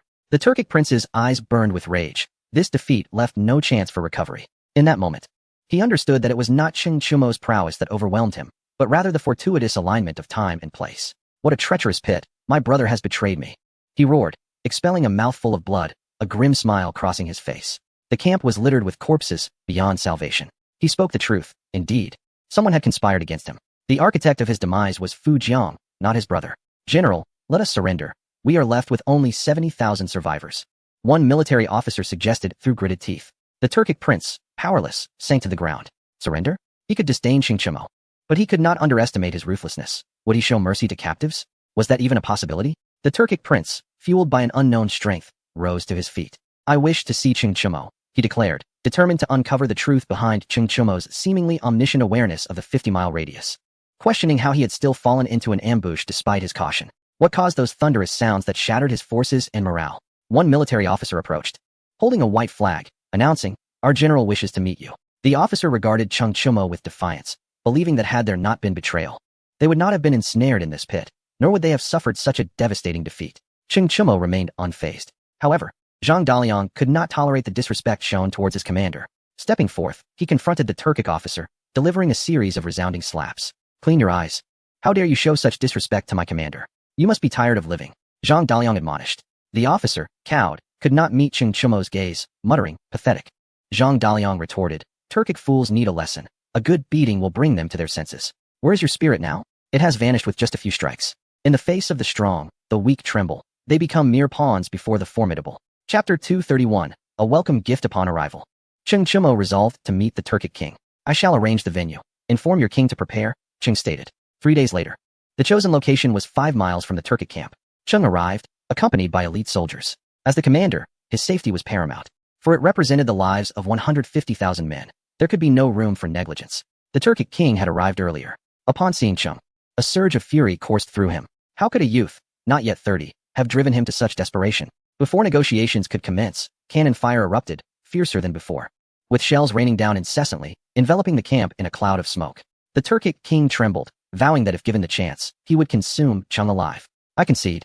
Speak. How can I exchange the lives of 70,000 soldiers? He demanded. This was the very purpose of his meeting with Cheng. With no hope of turning the tides, he resolved to buy their lives. Cheng shook his head. Release? Impossible. Their fate was sealed the moment they invaded Xiangzhou. A partial release could be negotiated. But what will you offer in return? He replied. The Turkic king stared at Cheng for a long moment. Land and compensation, he proposed. Cheng cast a glance toward the camp, feigning a compassionate demeanor. Alas, I, Cheng Chumo, still possess a kind heart, he lamented. The Turkic king's expression darkened. while the elite soldiers bowed their heads in silence. Their leader's bravado was misplaced. Kindness had no bearing on his authority. Enough of this nonsense, the Turkic king retorted. Chung smiled sincerely. I require your right arm. Your army may only retain 10,000 men. 6 out of 7 must perish. Remember, only 10,000 may lay down their arms and depart. The cost for their release is 100,000 stones of copper. I know your kind has ample wealth. Having plundered neighboring states, you have 7 days to send word. After that, the offer expires, Chung declared, turning his horse to leave. A few Turkic generals charged towards Chung, desperate to seize him, for their survival hinged upon it. Chung did not look back, and several warriors fell to the blades of his elite soldiers. Turkic king, if your men are of such low caliber, do not even think of resistance. You are unworthy, Chung scoffed. The Turkic king spat blood, staining his horse's neck. The negotiations concluded, and he dispatched a general to the royal city. In the royal city, the Turkic king's eyes widened in disbelief upon receiving the news. Surrounded? A deadlock? 100,000 stones of copper required? He believed wealth to be but a superficial concern. Your Majesty, please issue a decree to ransom my brother, urged the loyal general. Having received Cheng's message, their aim was to undermine the Turkic king, pitting him against the Turkic royal family, ensuring that the general could profit from the chaos. Upon receiving the news, he inwardly acknowledged Chung as a ruthless strategist. Such a cunning scheme could only be conceived by Chung. 7 kill 6, 1 survives. 7 men. Only 1 may live. Must the Turkic king himself do the killing? Is such a thing conceivable? A warrior interjected. The Turkic king turned to the loyal general, who was the only one advocating for the ransom. If the Turkic king perished, the loyal general would be the chief beneficiary, his stature elevated to that of a commander-in-chief. A sigh escaped the Turkic king. He had to secure his brother's release, for he was the one he most trusted, sharing a queen and children. Yet there lingered a doubt. Would Chung honor his word? Would he accept the ransom and then execute the Turkic king? Do you think Chung is trustworthy? The Turkic king inquired. Trustworthy. His word is worth a fortune. No commander would speak lightly. To claim otherwise is to speak of small-mindedness, the loyal general asserted, preparing for his own ascendance. The other warriors bore grim expressions, as the loyal general nearly rebuked them for their lack of vision. The Turkic king nodded. Then let it be. Securing my brother's release is of utmost importance. Who will handle this matter? He asked again. All heads bowed, for this was no easy task. Whoever undertook it would bear the brunt of public scorn. The Turkic king turned to the loyal general, who thought bitterly. You want me to save your brother and take the blame? Dream on. If your majesty commands me, I will resign my post and return home. Unable to face my troops, he replied. His words rang true. Should he go, he would lose his credibility as a leader, and the signatory of a humiliating treaty would not fare well. The Turkic king pondered deeply before ultimately deciding to send a civil servant. The civil servants, devoid of shame, could withstand the ire of the masses. In the Tang military camp, Chung met with the envoy, feeling exasperated. The Turkic response was inadequate. Should they not have dispatched soldiers for rescue? Were they simply acquiescing? He had planned to continue his strategy of surrounding and striking. Double the demand, Chung insisted, seeking to compel the Turkic to mount a rescue, refusing to let such an opportunity slip away. The envoy's expression soured. Commander, your actions may be perceived as lacking integrity. The envoy warned, though hesitantly. Chung scoffed at the notion. Lack of integrity? What a jest. I, Chung Chumo, am the epitome of integrity. I promised you could ransom the Turkic king, yet I never mentioned the soldiers. You are not at a loss. 100,000 stones of copper for 10,000 men. He countered. The envoy departed, defeated, and returned to the royal city to relay the news. The Turkic king erupted in fury. Chung is taking advantage of our predicament. He turned to the loyal general. How many men can you spare to rescue my brother? The Turkic king resolved to take a firm stance, even if it meant confronting Chung directly. The loyal general shook his head. This is not merely a question of rescue. Even if I could repel Chung, who would ensure the safety of the king? Is there any chance of survival? He lamented. The Turkic king sighed inwardly, recognizing the dilemma was unsolvable. Reluctantly, a warrior stepped forward. I am willing to lead 50,000 cavalry to rescue the king. Ultimately, the Turkic king resolved to send reinforcements, recognizing that mere concession would only embolden Chung further. Agreed, he declared. Your Majesty, consider this carefully, the loyal general cautioned, thinking to himself that this was indeed the essence of surrounding and striking. Whoever goes shall bear the risk, he thought. The Turkic cavalry assembled, charging towards the basin. They encountered only small skirmishes but broke through the defenses and entered the basin, finally reaching the camp of the Turkic king. Upon seeing his brother, the Turkic king did not wait for accolades. He slapped the envoy across the face in frustration. Fool, why did you not heed my words to ransom the prisoners? You dare show up empty-handed? The Turkic king nearly succumbed to rage, having never encountered such folly. Is there still a need for him to charge in? The Turkic king lead his men to break through? Charging in is downhill, an uncomplicated offensive. Breaking out is uphill, against the tide. And with Chung Chumo blocking the way, what can they possibly use to escape? Boom. The bombardment commences. The Turkic king does not flinch, welcoming death with indifference. He gazes skyward, left speechless by his incompetent allies. They scramble for position, recklessly throwing themselves into danger. Surrender, says a warrior. The Turkic king unsheaths his saber and executes the warrior. Surrender? How can one yield before the appointed time? Chapter 232. Success. The Turkic king loses an arm. Upon receiving the news, the Turkic king coughs up blood and faints. After a long while, he opens his bloodshot eyes. Such folly, forsaking the nation. He cries out in despair. Half of the nation's military strength has perished in the basin. The fortunate general bows his head, contemplating a future where he would rename the land he rules to the grave of the Turkic. 25 men, fitting of such a title. What shall we do? The Turkic king's eyes blaze with fury as he shouts hoarsely. The warriors remain silent, fearing to respond. The urgent matter is to negotiate with Cheng Chumo immediately.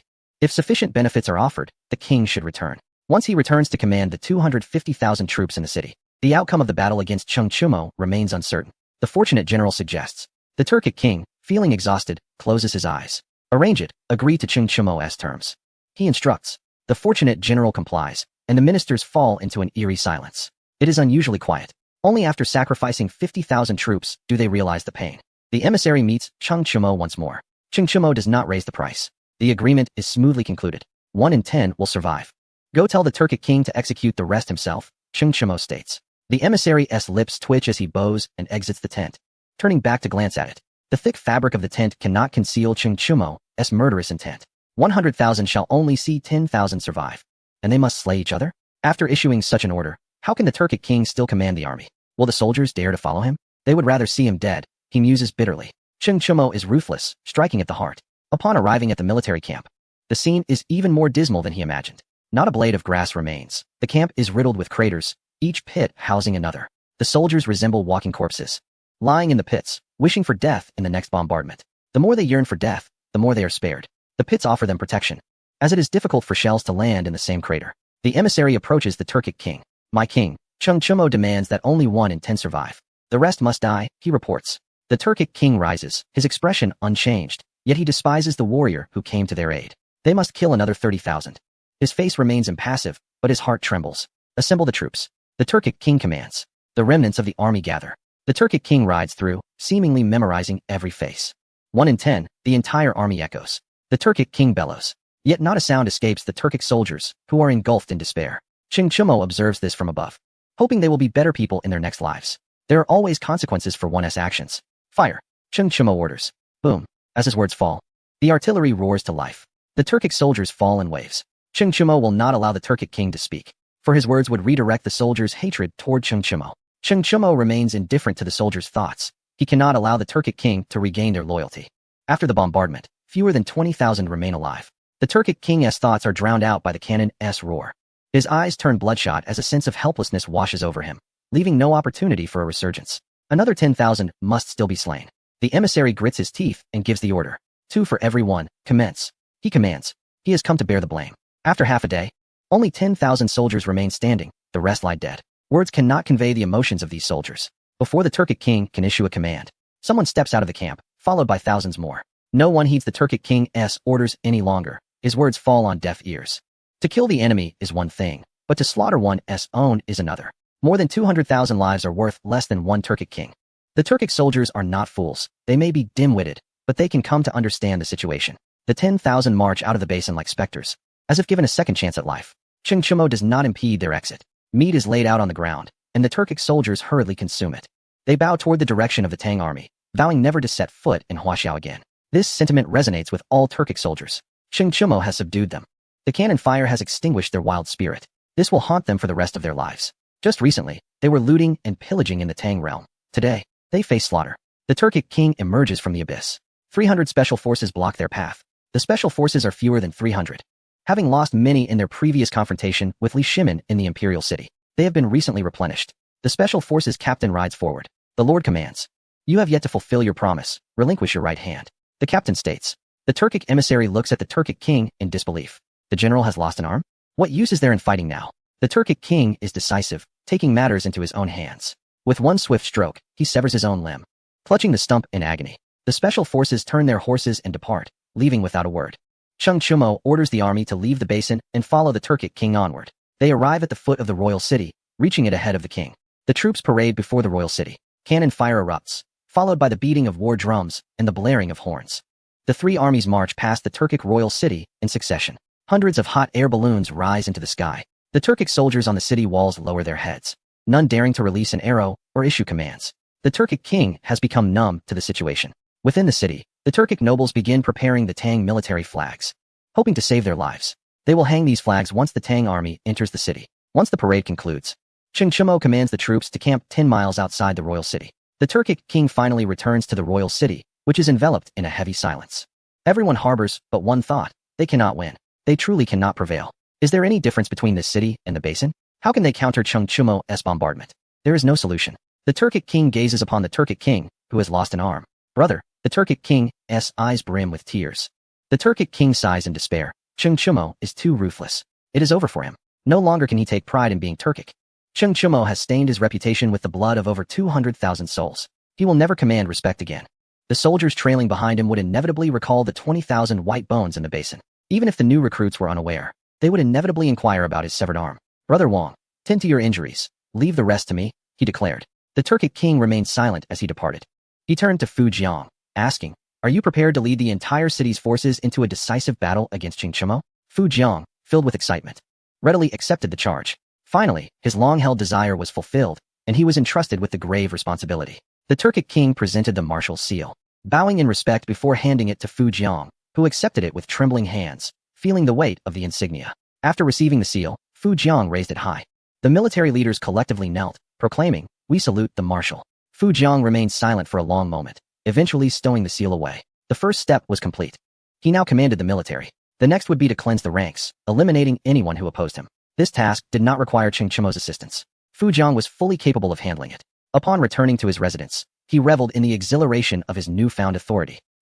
Cheng Chumo truly is a formidable general. Collaborating with him is remarkably satisfying. He laughed heartily. Bring forth the generals of the Northern Army, the generals of Wang City, and the generals of the Western City.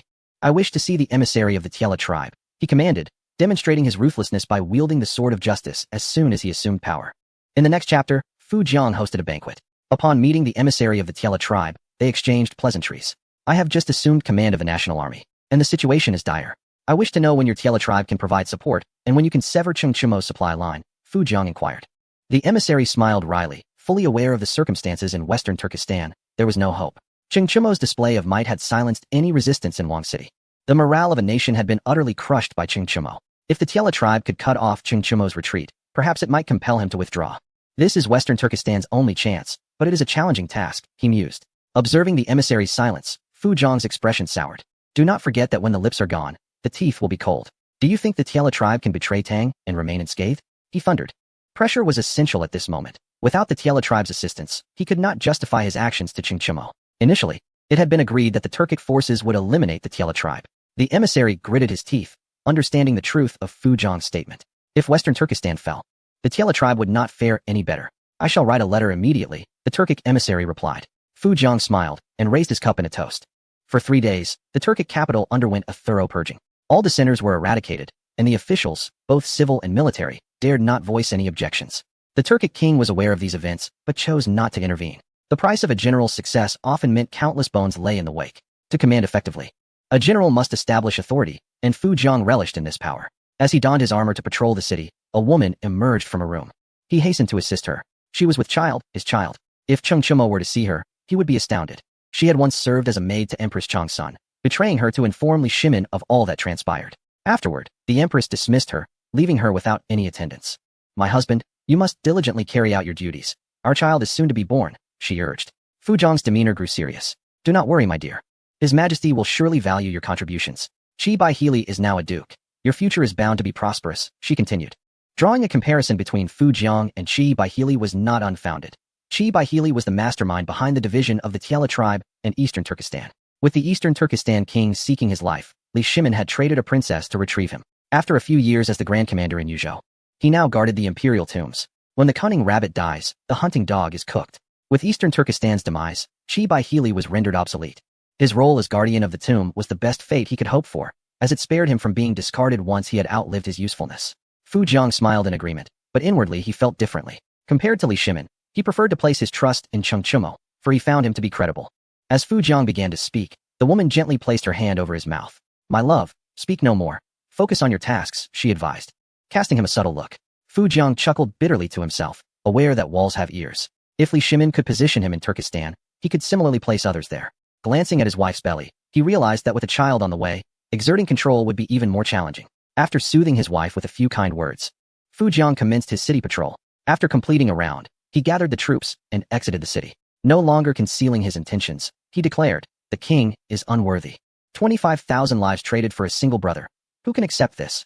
I refuse, do you?" The eyes of the Turkic soldiers reddened. Among them were their brothers.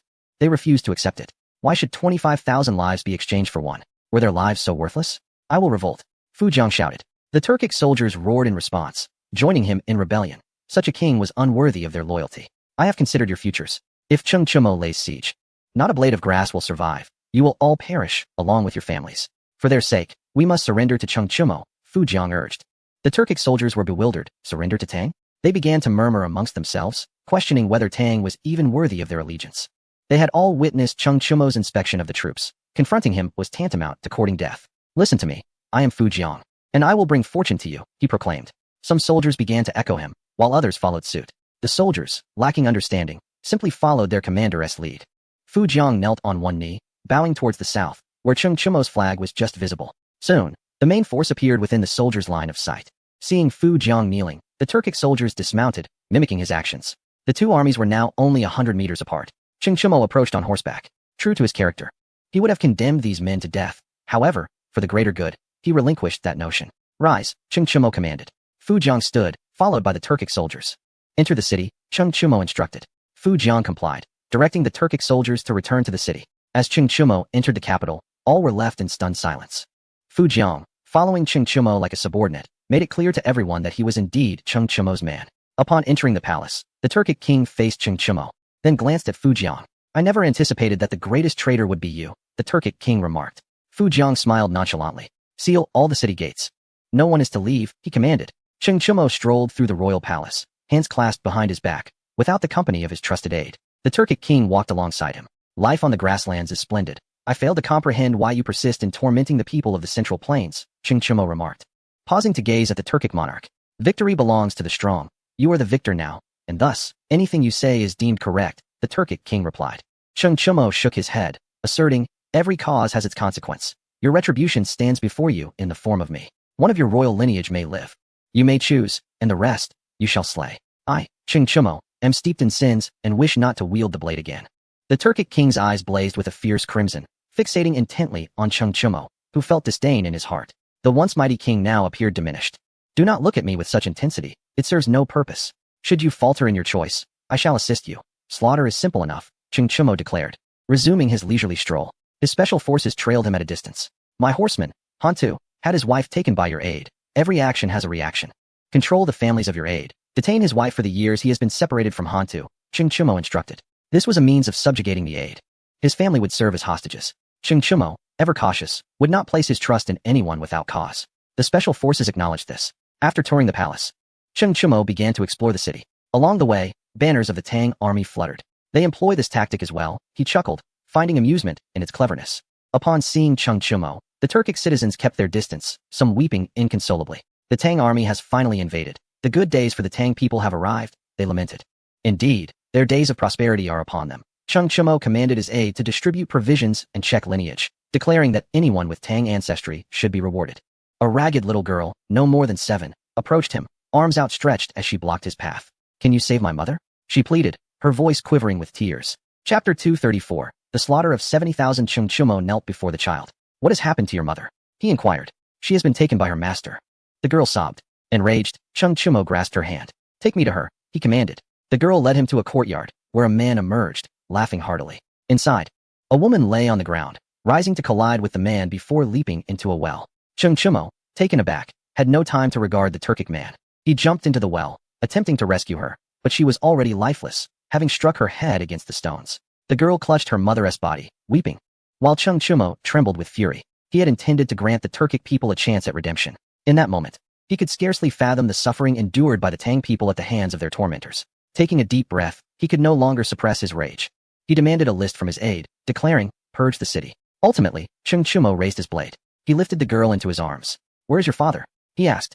The child, now a mere shadow of her former self, replied, my father has worked himself to death. Cheng Chumo's eyes blazed with fury as he held the girl tightly. From this day forth, you shall be my child. Remember those Turkic people, they all deserve death. he declared coldly, turning to the Turkic man. Throw him into the well. With a single command, the special forces cast the Turkic man into the depths of the well, sealing it shut. They buried the woman's remains. And Chung Chumo departed with the girl in his arms. 3 days later, his aide presented him with the list. Chung Chumo tossed it to Zhang Daliang. Proceed with the slaughter, house by house. I will not permit a single Turkic soul to survive, he ordered. Zhang Daliang acknowledged the command, secretly acknowledging the grim reality. With each territory Chung Chumo captured, a massacre ensued, even within the military camp. The aide gasped in horror. Divine General, you once promised me you would spare them. He stammered. Get lost. Who told you to seek me out? Slaughter them all. If you continue to complain, you'll meet the same fate, Chung Chumo retorted. Sweeping away as the armies brandished their blades. 200,000 Turkic civilians and 250,000 Turkic soldiers were slaughtered. The entire Turkic royal city was transformed into a desolate wasteland. The Western Turkic king took his own life, as did the king's brother. Every member of the royal family was exterminated, none spared. The news spread like wildfire, shaking the world. In Chang'an, Li Tai stared blankly at the memorial. The courtiers bowed their heads, trembling with fear. 70,000 lives had been extinguished, not a single soul remaining. Is Chung Chumo even human? Li Tai questioned, his hands shaking as he dropped the memorial. He has killed 70,000, he murmured, feeling inadequate compared to Chung Chumo's ruthlessness. Would the grasslands be drenched in blood? Would they mourn? In Ganlu Palace, Wu Meinyang fed Li Shimin rice porridge. He nodded, indicating he was full, as she wiped his mouth. I have heard that Chung Chumo has slaughtered the Turkic royal city, with 70,000 lives lost, she said, her voice trembling. Li Shimin's eyes widened. 70,000. Does he not fear retribution? He exclaimed, astonished that Chung Chumo would commit such an atrocity. According to his strategy, there would have been cooperation from within, allowing the Western Turks to be easily subdued. The Western Turks would become part of the Tang territory without bloodshed. An emperor might not care about the hatred of the populace, but Chung Chumo did. Your Majesty, I shall return to my research. I have already recruited 1,000 people. If there are no results in a few days, I will recruit another 1,000, Wu Meinyang stated before departing. Her plan was straightforward. More hands would yield greater strength. And perhaps one among them would make a breakthrough. After all, true talent often resided among the common folk. Li Shimin chuckled silently, finding humor in the situation. Chung Chumo had merely shot himself in the foot, and Wu Meinyang was proving to be quite extravagant. Yuan Tiangang entered, stating, Chung Chumo's slaughter of 70,000 will surely invite divine retribution. He will likely leave no descendants. Li Shimin chuckled, feeling in good spirits. Choosing not to respond as talking was exhausting. Yuan Tiangang added silently that to have descendants was simple. He merely needed to marry a queen, and that would suffice. The queen could bear him a child, and her virtue would have the power to suppress Chung Chumo's bloodshed. Only a virtuous queen could bear children for Chung Chumo. Otherwise, the violent karma would prevent it. Upon hearing the news, the small nations surrounding the Tang were left dumbfounded. Their first course of action was to pay tribute, offering tenfold the usual tribute. They were determined not to allow Chung Chumo to continue his rampage. The collective sentiment among these nations was clear. They must persuade the Tang emperor to rein Chung Chumo in. The slaughter must cease. The Western Turks, though formidable, could not withstand the onslaught of Chung Chumo. The claim of 70,000 slain. Can such a feat truly be accomplished by mortals? At this moment, Chung Chumo was oblivious to the silence he had imposed upon the realm, as he scoured the grasslands in search of the Tiela army. Fu General, where might the Tiela tribe be? Chung Chumo inquired. Fu General, with a pained expression, lamented that his wife had been taken captive, a treasure he held dear. As he aged, his affection for her deepened, and he fervently hoped for the safe arrival of their child. Yet, the very coachman of Chung Chumo was his adversary. He had once stolen this man's wife, and now his own was seized by another. Divine General, let us continue our search. I am at a loss as to their whereabouts, Fu General said, glancing at the stoic Han Tu ahead. When I took your wife, I did not lay a finger on her. She was with child at the time, and I merely sought to boast, Fu General explained. Fearful that Han Tu might harm his wife, who was now considerably pregnant. Han Tu, with a cold demeanor, retorted, what business is it of yours? I shall do as I please. He sought to intimidate Fu General, who turned to Chung Chumo with a beseeching look. Chung Chumo remained unmoved. What did you expect? You took another's wife, and now you cannot bear the consequences when yours is taken. If you fear losing what you've taken, do not take what belongs to others. A special soldier caught up with Chung Chumo. My lord, that woman is a handmaiden of Empress Changsun, he reported, having recognized her. Chung Chumo, intrigued, commanded, bring her forth for questioning. The soldier complied, leading the woman, who lowered her gaze, unable to meet Chung Chumo's eyes. Why did you marry Fu General? He asked. The woman hesitated, knowing she could not speak freely. Fu General had already made his decision to align himself with Chung Chumo, a plan orchestrated by the current emperor Li Shimin 2 years prior. Fu General confirmed this. Chung Chumo nodded, reflecting on Li Shimin's foresight. No wonder Fu General cooperated. It was evident that Li Shimin had long harbored ambitions to conquer the Western Turks. You may go back. As a married woman, you must fulfill your duties.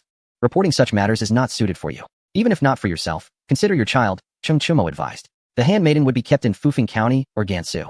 to ensure her silence on matters that must remain undisclosed to Li Shimin, particularly regarding emerging technology. Li Shimin may be incapacitated, but he was not dead. As long as he lived, he must not be underestimated. Chapter 235. Return to Gansu. The handmaiden nodded gently, understanding Cheng Chumo's implication. Should she divulge his affairs to Li Shimin, she would face death, along with her child. The entire army shall encamp. Fetch paper and ink, Cheng Chumo commanded. The special soldier complied, and Cheng Chumo began to compose a letter. He did not wish to continue searching for the Tiela tribe. It was too arduous. Instead, he penned a missive instructing them to vacate their homeland, permitting their passage toward the Arabian Empire. Should they fail to comply within the stipulated time, their clan would face annihilation. After completing the letter, he entrusted it to the special soldier. Cheng Chumo resolved to drive the tiger to swallow the wolf. Engaging directly with the Arabian Empire was fraught with uncertainties. It was preferable to let the Tiela tribe perish in the process, sparing him any sorrow, while simultaneously depleting the strength of the Arabian Empire. If the Tiela tribe proved inadequate, then their demise would be just. After a few days of rest, the contingent advanced towards the Great Stone Kingdom, for it was time to acquire oil. As before, they employed their old strategy of slaughter. Certain locales had been deserted. The inhabitants fled before Cheng Chumo's arrival, headed toward the Arabian Empire. The grasslands were strikingly pristine. "My lord, this land shall soon belong to us," Fu General exclaimed. Having gathered a considerable number of Tang individuals, now totaling 10,000, Fu General managed their arrangements independently, with Cheng Chumo refraining from involvement. As long as there was mutton to eat in the future. Upon reaching the border of the Great Stone Kingdom, Cheng Chumo encountered the son of a familiar lord, who presented a sign upon sighting him. Cheng Chumo smiled at the sign, recalling that he had gifted it to the commander of the Great Stone Kingdom. "Where is your father?" Cheng Chumo inquired. The young man's expression darkened. "He has been deceased for many years, General. Shortly after your departure, the Turkic prince led men to kill my father to quell the wrath of the Western Turks," he replied. Cheng Chumo sighed inwardly, acknowledging his share of responsibility. He placed a reassuring hand on the young man's shoulder. "Do not worry, your father's favor remains. As long as you mention it, I, Cheng Chumo, shall assist you." The young man was overjoyed, having endured hardship in the Great Stone Kingdom, often facing ostracism. "Uncle, please allow me in," he implored. The term uncle momentarily took Cheng Chumo aback. Was he truly of such age? Time flies, and he was now approaching his 30s. Cheng Chumo entered the city of Great Stone Kingdom, where stone was abundant, paving the streets and constructing the lord's residence. "This place is quite admirable," Cheng Chumo remarked. The young man blushed, responding, "We are impoverished, reduced to mere stones. However, we do have some edible provisions, including game." He hurriedly arranged a feast. During the evening banquet, Cheng Chumo sat at a stone table, with a young girl on his left and the young man on his right. "Father, may I eat?" the girl asked. Her big eyes filled with anticipation, eyeing the golden brown roasted bird. Cheng Chumo tore off a leg, urging, "Little Un, eat well, have plenty." The girl's name was Cheng Ping'an. Li Ku was speechless, noting Cheng Chumo's remarkable talent for naming, even bestowing such a name upon a girl. As the handmaiden presented the staple food, roasted flatbread, Cheng Chumo took a few bites and wiped his mouth. "You have much of that black substance here, do you not?" he queried. The young man nodded. Cheng Chumo smiled. He would finally acquire oil. "Have people construct wooden barrels, as many as possible, about a man's height," he instructed. The young man agreed. Though he was unaware of Cheng Chumo's intent, he simply wanted to assist. "I will not take your goods without offering something in return. Speak of what you desire," Cheng Chumo continued. The young man's face lit up with joy. "Uncle, the Great Stone Kingdom lacks grain. Would you permit trade with the Great Stone Kingdom? Our people are strong and willing to work hard," he suggested. Cheng Chumo silently approved. This young man had potential. "Very well. The Tang has ample grain. In the future, you can transport that black substance to Gansu in exchange for grain. I will ensure you receive a fair price. You shall not suffer loss," Cheng Chumo assured him. The young man spoke sincerely, especially with his offer of labor. Being a worker was not easy, and Cheng Chumo believed in treating them well, refusing to engage in unscrupulous dealings. "I can assist," Fu General added.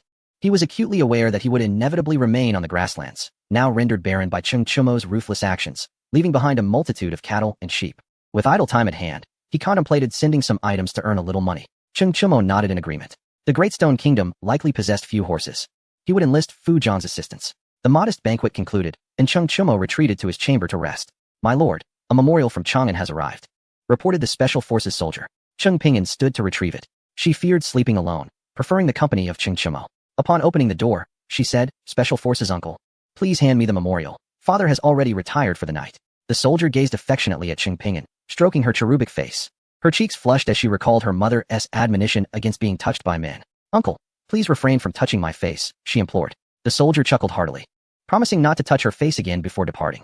Cheng Ping'an closed the door and delivered the letter to Cheng Chumo, who opened it to read. "Surrounding nations are once again sending tributes, hoping you will cease your conquests. I wonder what my brother-in-law thinks. I believe the objectives of this campaign have been achieved. It is time for my brother-in-law to return home. After reading, Cheng Chumo handed the memorial to Cheng Pinyin for her amusement, pondering what to do upon returning. Upon learning of Li Shimin's arrangements concerning the Western Turks, Cheng Chumo grew increasingly vigilant. Li Shimin was not one to concede defeat. What measures would he employ? Was it possible that Li Shimin had already recovered, merely feigning illness? Was there truly only one Snow Lotus on Tianshan?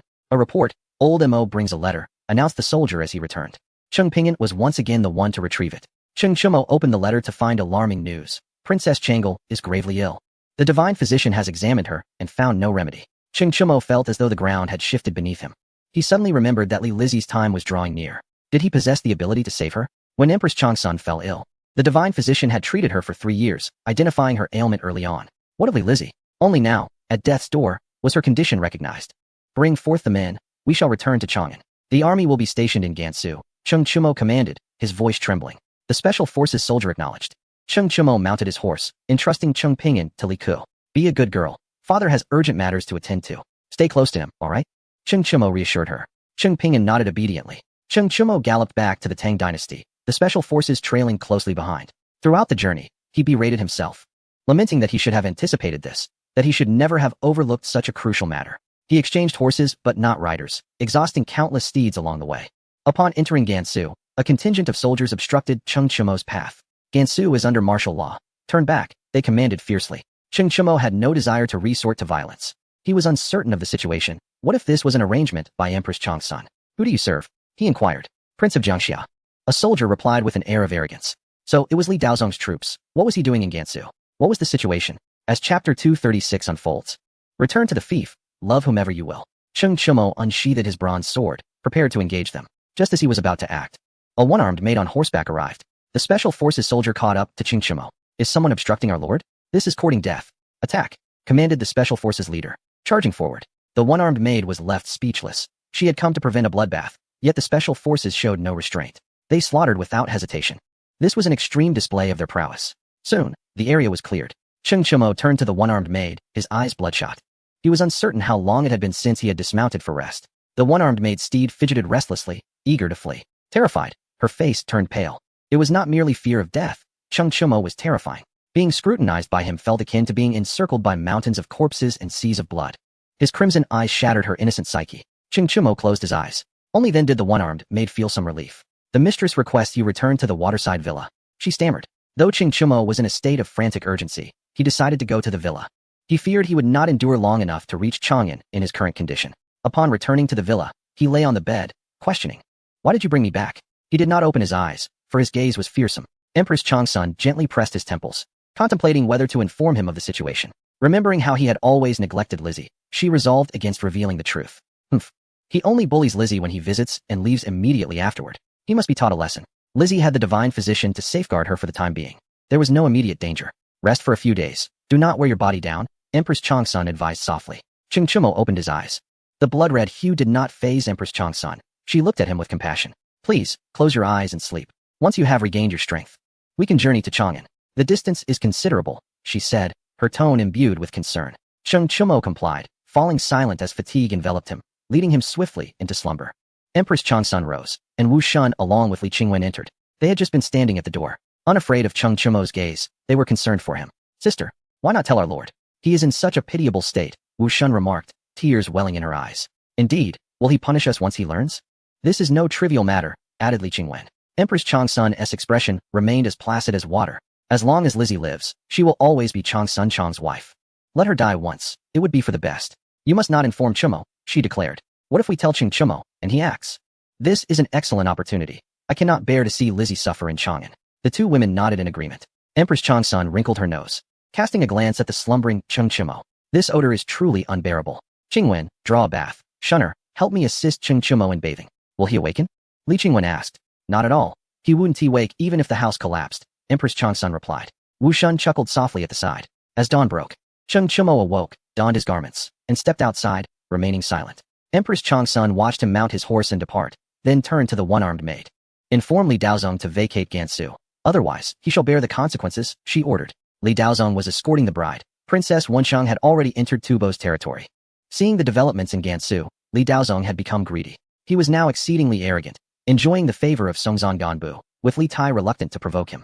The ministers catered to him, and he felt invincible. The one-armed maid arrived at the Gansu government office, situated 50 miles from Shiqing, in the northwestern direction. She encountered Li Daozong, who was informed by his mistress to expel her from Gansu.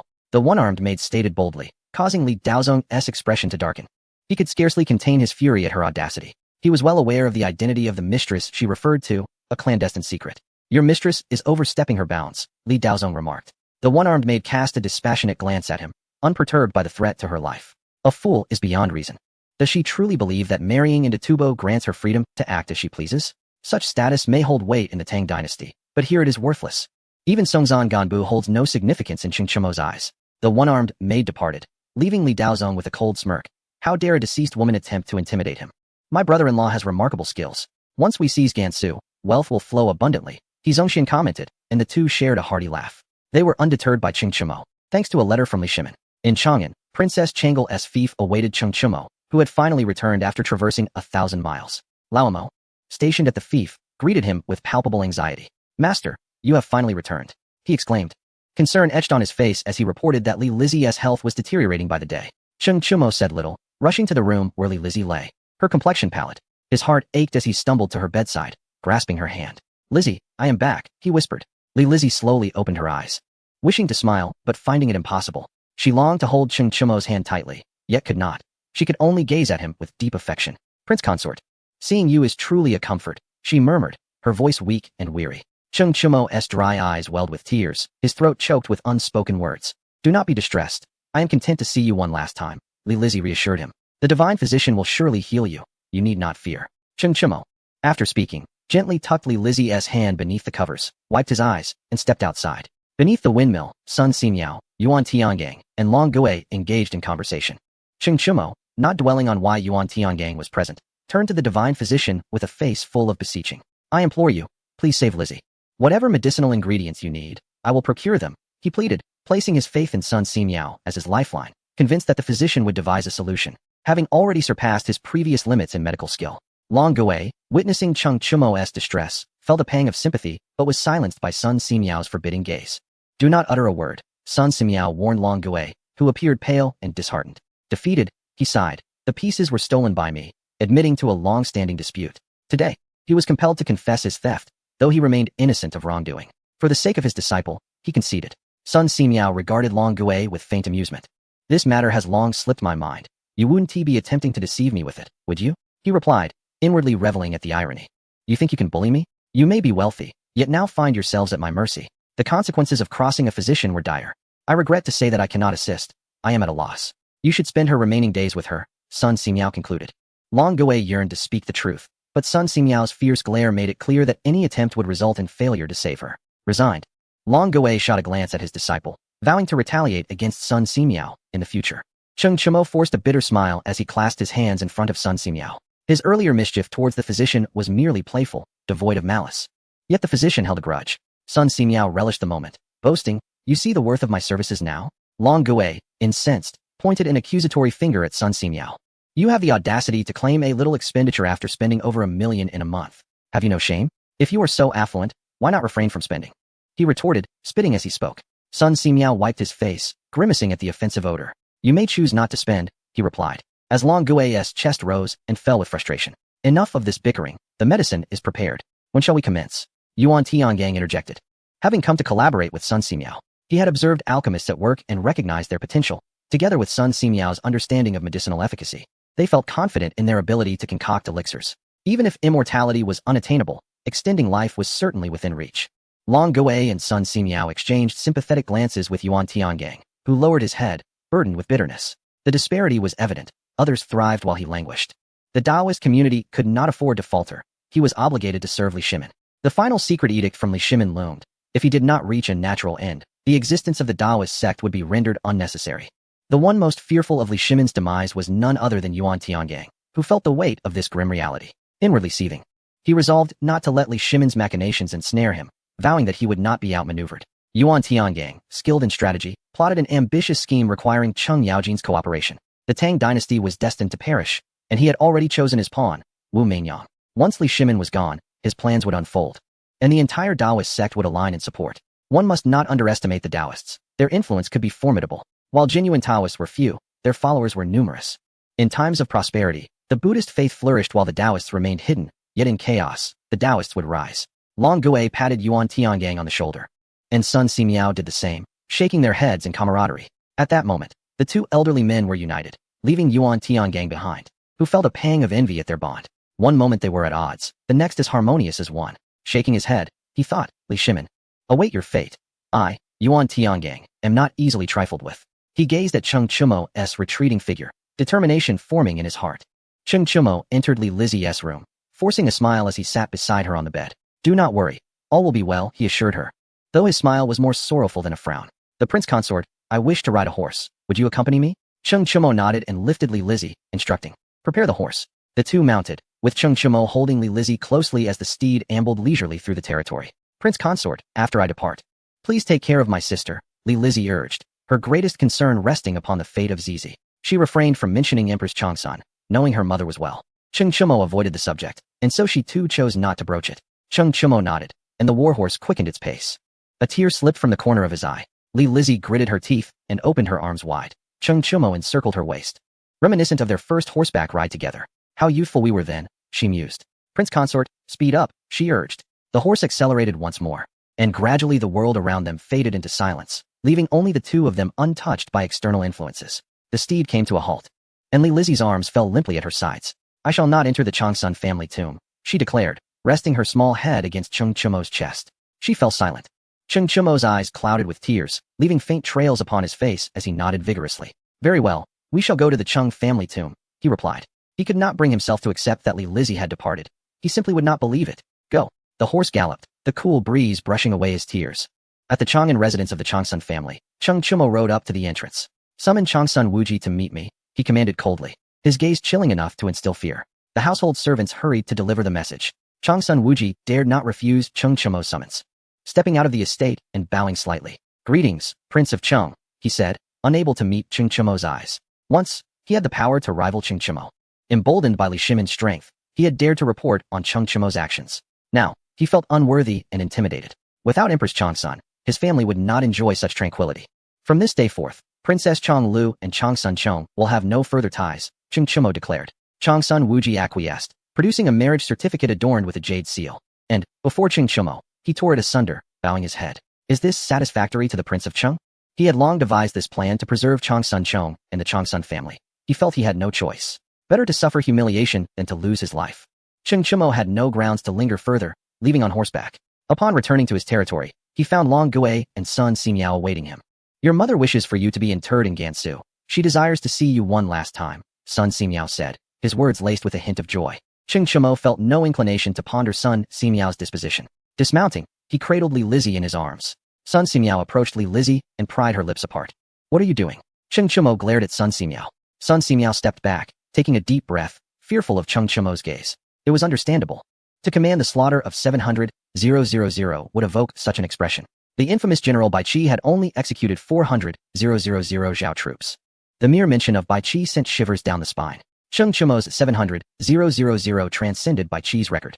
Long Gui supported Sun Simiao as he handed a black pill to her, who then placed it into Li Lizi's mouth.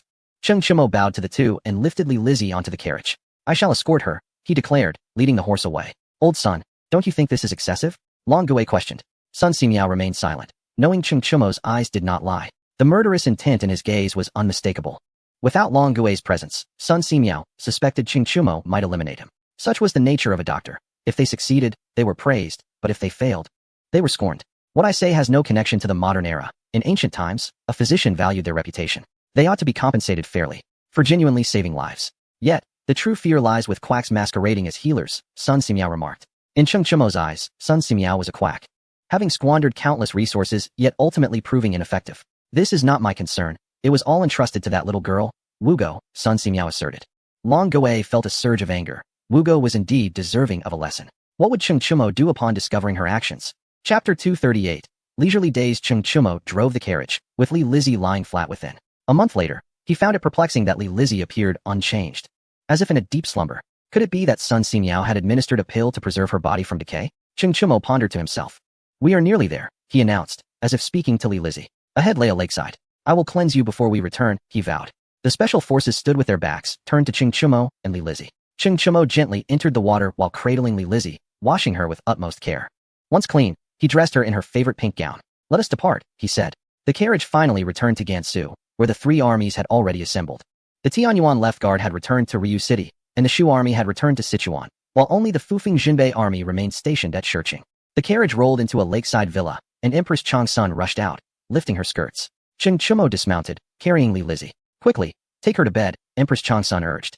Though aware that Li Lizzie feigned death, seeing her in such a state still brought tears to her eyes. Ching Chumo carried Li Lizzie into the room. "Chumo, you must step outside," Empress Changsun insisted. Ching Chumo was reluctant to leave. He wished to remain by Li Lizzie's side, for such moments were fleeting, and she would eventually find her final resting place. Empress Changsun was resolute, and after much persuasion, she finally convinced Ching Chumo to exit the room. Once he departed, Empress Changsun hurriedly retrieved a pill and administered it to Li Lizzie. After some time, Li Lizzie opened her eyes and lunged into her mother's embrace, sobbing. "Hush now. Do not cry. Your face will become a mess," Empress Changsun said, wiping the tears from Li Lizzie's cheeks. Li Lizzie's face flushed, and she stammered, struggling to find her words. Empress Changsun, concerned, asked, "What is the matter, my dear? Do you feel unwell?" Li Lizzie summoned her courage to gaze at Empress Changsun. "Should I call you sister or mother?" she queried, quickly lowering her head. Empress Changsun was taken aback. It was indeed a profound question. After a lengthy pause, she found herself at a loss. "Call me sister, then," Li Lizzie suggested, looking up playfully at Empress Changsun. Empress Changsun smiled wryly, thinking to herself how peculiar this felt. "Very well, let it be so," she replied. "I still find it strange. I must seek out the prince consort," Li Lizzie declared. The Empress Zhangsuan's gaze shifted, revealing her anxiety. She indeed educated Ching Chumo, but what now? "I am quite tired. You may leave," the Empress remarked, resolving to withdraw from the situation. Li Lizzie nodded, lifted her skirts, and dashed out of the room. At that moment, Ching Chumo was squatting at the door, looking haggard with reddened eyes. When Li Lizzie emerged, Ching Chumo did not look up, assuming it was the Empress. Li Lizzie crouched beside him and whispered in his ear, "Prince Consort." Ching Chumo jolted. Disbelief etched on his face as he gazed at Li Lizzie. His emotions were indescribable. Was it disbelief or joy? Perhaps a mix of both. He embraced Li Lizzie tightly, and she appeared elated, feeling liberated. From that moment, there would be no more Princess Changle, and she would no longer be the wife of Zhang Sun Chong. She patted Ching Chumo's back, saying, "Don't be sad. See, I am fine." They conversed for a long time, but once Ching Chumo realized he had been played, a sardonic smile crossed his face as he took her hand and led her back into the room. A large lump was visible on the bed, where the Empress Zhang Sun was concealed beneath the covers. Upon hearing their footsteps, her body instinctively trembled. "Oh no, Guanyin maid, do you not wish to explain yourself?" Ching Chumo inquired. The Empress remained silent, refusing to emerge from her hiding place. Ching Chumo charged at her, and soon cries for help echoed from under the covers. After a while, the Empress, rubbing her backside, glared at Ching Chumo. "That was quite the punishment," she exclaimed. Ching Chumo scooped her up and tossed her onto the bed. Li Lizzie, with her head bowed, bit her lip in embarrassment at the awkward scene. Fortunately, Wu Shuan entered just in time, allowing Ching Chumo to relent. The Empress felt a surge of joy. This incident had been skillfully navigated. Initially furious, Ching Chumo pondered and decided against remaining angry. As long as Li Lizzie was unharmed, that was sufficient. Through inquiry, Ching Chumo learned why Li Lizzie was unscathed. It was due to a miraculous heart-saving pill. The Empress presented a small ceramic gourd filled with black pills. "If Lizzie feels unwell, just give her one, and she will be fine," she explained. "Is this the result of a divine physician's research? Then why was Lizzie unconscious?" Ching Chumo questioned. "Self-preservation. Lizzie has a very weak constitution and could not withstand the potency of the medicine. As for why she was unconscious for so long, I cannot say. It was all the doing of Sun Simiao," the Empress replied, wishing to avoid another beating. This matter was considered settled, and Ching Chumo would not question Sun Simiao, as he had saved Li Lizzie, which was enough. The value of a person determines the extent of a leader's tolerance, and Sun Simiao's worth granted him Ching Chumo's boundless forbearance. The Empress Zhang Sun moved to prepare a meal, with the other women following suit. Ching Chumo made his way to the waterside pavilion, reclining on a bamboo chair, closing his eyes to rest after a taxing period. A refreshing breeze swept over him, bringing a sense of tranquility. When the meal was ready, it was a lavish spread. Wu Shuan and others brought the dishes to the pavilion, where Ching Chumo sat up to eat. The Empress served him vegetables, and he indulged heartily. "Delicious," he praised. "Can you guess who made this?" she asked with a beaming smile. Ching Chumo surveyed the surroundings. "Lizzie made it," he deduced. The Empress shook her head. "Guanyin maid made it," he guessed again. She again denied it. Ching Chumo turned to Wu Shuan. "Did Shun make it?" he inquired. Another shake of the head. After exhausting all his guesses, Ching Chumo's face darkened. The Empress chuckled lightly. "We made it together," she revealed. The women stifled their laughter. Ching Chumo was left speechless. This scene, though trivial, was filled with warmth and rare leisure. After the meal, the Empress began reciting poetry, while Ching Chumo fell into a deep, fragrant slumber. Mother, you are truly remarkable. You can even lull the prince consort to sleep with poetry, Li Lizzie remarked. The empress's expression darkened as she contemplated how to deal with Cheng Chumo in the future. In the early morning, Cheng Chumo rose early to practice martial arts. He gazed at the horse-drawn carriage, pondering when he could devise a generator. With current technology, it was possible to create light bulbs. As long as there was electricity, the lights could shine. Cheng Chumo also envisioned surpassing expectations by directly developing electric vehicles. Imagining a grand carriage powered by a generator, traversing the world. With determination, he set to work. The princess of Gaoyang had already researched rubber for tires. Bring me more rubber. The more, the better, and inquire if the temple has developed the generator, Cheng Chumo instructed a soldier. As he sketched designs with pen and paper, the Empress Zhang Sun peered over. Such a large carriage? How many horses could pull it? She queried. If horses cannot manage, we shall use elephants, Cheng Chumo replied, his eyes sparkling with inspiration. Indeed, if horses cannot pull it, we can use elephants. Summon tribute elephants from the vassal states of the Tang, he commanded, planning to create a vehicle to be drawn by elephants. Chapter 239, Leisure. The Empress Zhang Sun's brows furrowed slightly. How slow would that be? She chuckled. With elephants pulling the carriage, we might arrive in a decade or more. Cheng Chumo's expression darkened slightly. Upon reflection, the speed of an elephant is comparable to that of a tortoise, and if he were as large as a tortoise, it would be hard to determine who would arrive faster. Ernyu seeks an audience, the soldier announced. Cheng Chumo was taken aback. Ernyu had returned from his maritime journey? Time had flown by, and many years had passed. It was time for Ernyu to report back, as the ship had reached its service limit. Let him in, Cheng Chumo instructed, passing his brush to the Empress Zhang Sun. Draw me the kind of carriage you wish for, and I shall take care of its construction. He further suggested. If you cannot decide, leave it to someone else. That is a wise approach. The Empress stood frozen, holding the brush. Her heart swelling with joy as she resolved to create the carriage she adored. The ever-demanding Guanyin maid remained as meticulous as ever. Cheng Chumo strolled into the parlor, where Ernyu entered. Why do you look so dark? Cheng Chumo asked. How could I not be dark after days under the sun at sea? Ernyu replied, setting down a large bundle. Upon opening it, Cheng Chumo was greeted by a variety of seeds. Impressive. To have gathered so many seeds, what reward do you seek? Cheng Chumo exclaimed, his words laced with astonishment at Ernyu's capabilities. Ernyu scratched his head, grinning sheepishly. The ship can no longer sail far. Just give me 10 more large ships, and that will suffice, he stated. Sailing is his passion. While some are intoxicated by fame and fortune, and others pursue wealth and pleasure, Ernyu seeks the vast ocean, reaping the delightful surprises of crossing the seas. Very well, take a year off before you set sail, and I shall provide you with the finest warship, Cheng Chumo declared. Ernyu, overwhelmed with joy, nodded in gratitude. Are there chili seeds among these? He inquired. The chili seeds were specifically requested by Cheng Chumo, came the response as he pinched a small, flat seed between his fingers. This is it, Cheng Chumo asserted. Ernyu stared at it, unable to discern its spiciness, doubting the general's claims. You must be joking, General. Such a seed cannot be spicy, he retorted. Cheng Chumo's expression darkened, wishing to explain but unsure where to begin. A thought struck him. Where are you most vulnerable? He asked with a mischievous grin. Ernyu instinctively shielded his vital areas. You say it's not spicy? Dare to try it? Cheng Chumo challenged, his gaze disdainful, as if suggesting that Ernyu lacked the courage. Naturally, Ernyu was bold enough. He could lie in a puddle for eternity, abandoned and unmoved. I dare, he declared defiantly. Who does the general look down upon? Cheng Chumo placed the seed in Ernyu's palm. Place it on an egg and use a wrinkled skin to hold it down, he instructed. Ernyu glanced around and, with his back to Cheng Chumo, complied. Initially, there was no reaction. However, as the seed absorbed moisture, Ernyu's expression shifted dramatically, fear evident in his eyes as he looked to Cheng Chumo. General, save me. It hurts so much, he exclaimed. Ha ha. Cheng Chumo erupted in laughter, devoid of conscience. Is it spicy? He inquired. Ernyu nodded fervently. Brothers, do not attempt this. I have tried it, and the sensation is one of torment, unspeakably sour. After a cup of tea, the pain will subside. Consider this a lesson. Do not use an egg for experiments, Cheng Chumo advised. Ernyu felt wronged, thinking the general too devious. Had it not been for his prodding, he would never have attempted such a foolish experiment. He left with a mournful expression. Ha ha. Cheng Chumo collapsed onto the leather sofa, laughing heartily, devoid of shame. Empress Zhang Sun entered, clutching a blueprint and lifting her skirt with one hand. In the Tang dynasty, short skirts were not worn, shoulders could be exposed, but legs must remain covered. Chumo, look at this, she said, sitting on the sofa and presenting the blueprint before him. Cheng Chumo gazed at the drawings, his thoughts in disarray. 8 wheels, one side, a total of 16.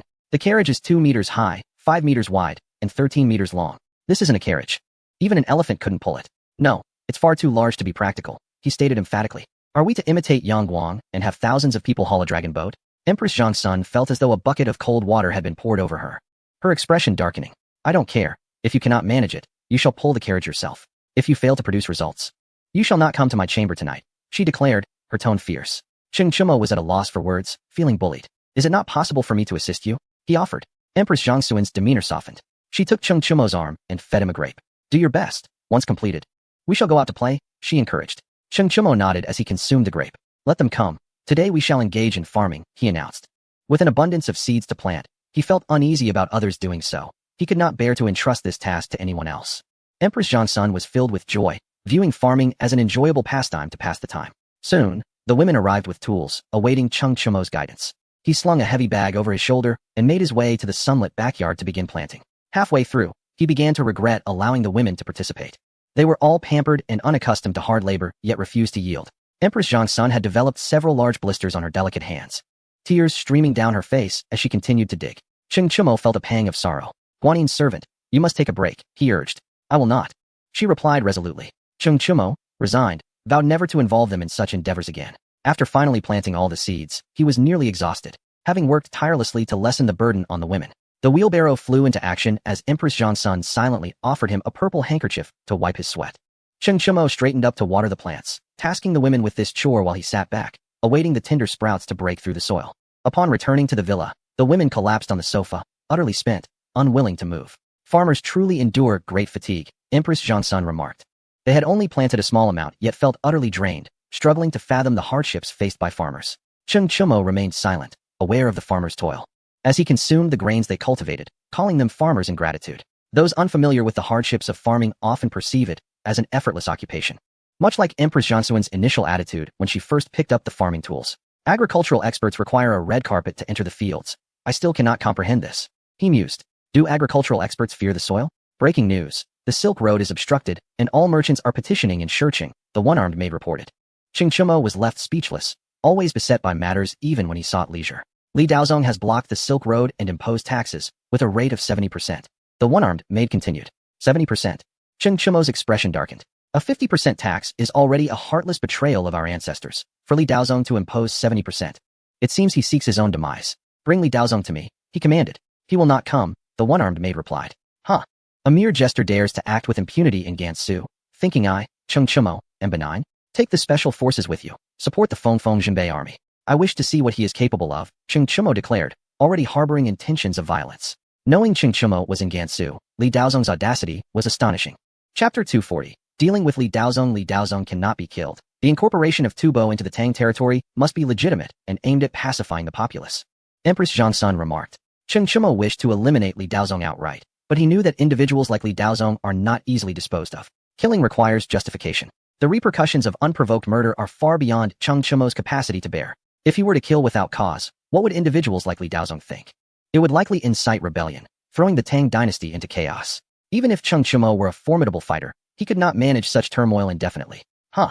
Cheng Chumo suddenly chuckled coldly. Then I shall play with him, he resolved. The women looked at Cheng Chumo, curious about his intentions. Empress Zhang Sun displayed a satisfied smile. He had transformed from a fool to a cunning fox. This was a point of pride. Cheng Chumo was her creation. Suddenly, she felt an urge to sing a song that Cheng Chumo had taught her, melodious and captivating. How I long to return to my youthful days. Accompanied by music that inspires me to sing. It is a classic melody that transports me back to that world, Empress Zhang Sun sang softly. The women joined in harmony, their voices blending like a chorus of birds, a vibrant display of beauty. Cheng Chumo listened with rapt attention, unwilling to miss a single syllable. As the singing continued, the women began to weep, and Cheng Chumo comforted each one, a challenging task indeed. Huangmei opera tells a tale of sorrow, and it is entirely natural to weep upon understanding it. The one-armed maid remained silent. The matter concerning Li Daozong had yet to be resolved. After much coaxing, the women grew weary and fell asleep. Cheng Chumo led the one-armed maid outside to a pavilion. There, a giant panda clumsily attempted to catch fish. Failing to find even one, it lay on a floating bridge, splashing the water, while the fish playfully flicked their tails, sending droplets cascading onto the panda's face. The panda made a cheerful mia sound. It can rely on the fish to help cool itself. Why can't I? Mused Cheng Chumo. He commanded the special forces to apprehend Li Daozong and ordered the Fufeng Jinbei army to clear all troops in Gansu, declaring that only one army should remain. He instructed Li Bin to take over as the Grand Governor of Gansu. Go ahead, said Cheng Chumo. The one-armed maid complied. This journey was not without its challenges. And during this time, it was perfect for studying the carriage. Cheng Chumo recalled the carriage painted by Empress Chang Sun and smiled wryly to himself. It was quite a difficult task.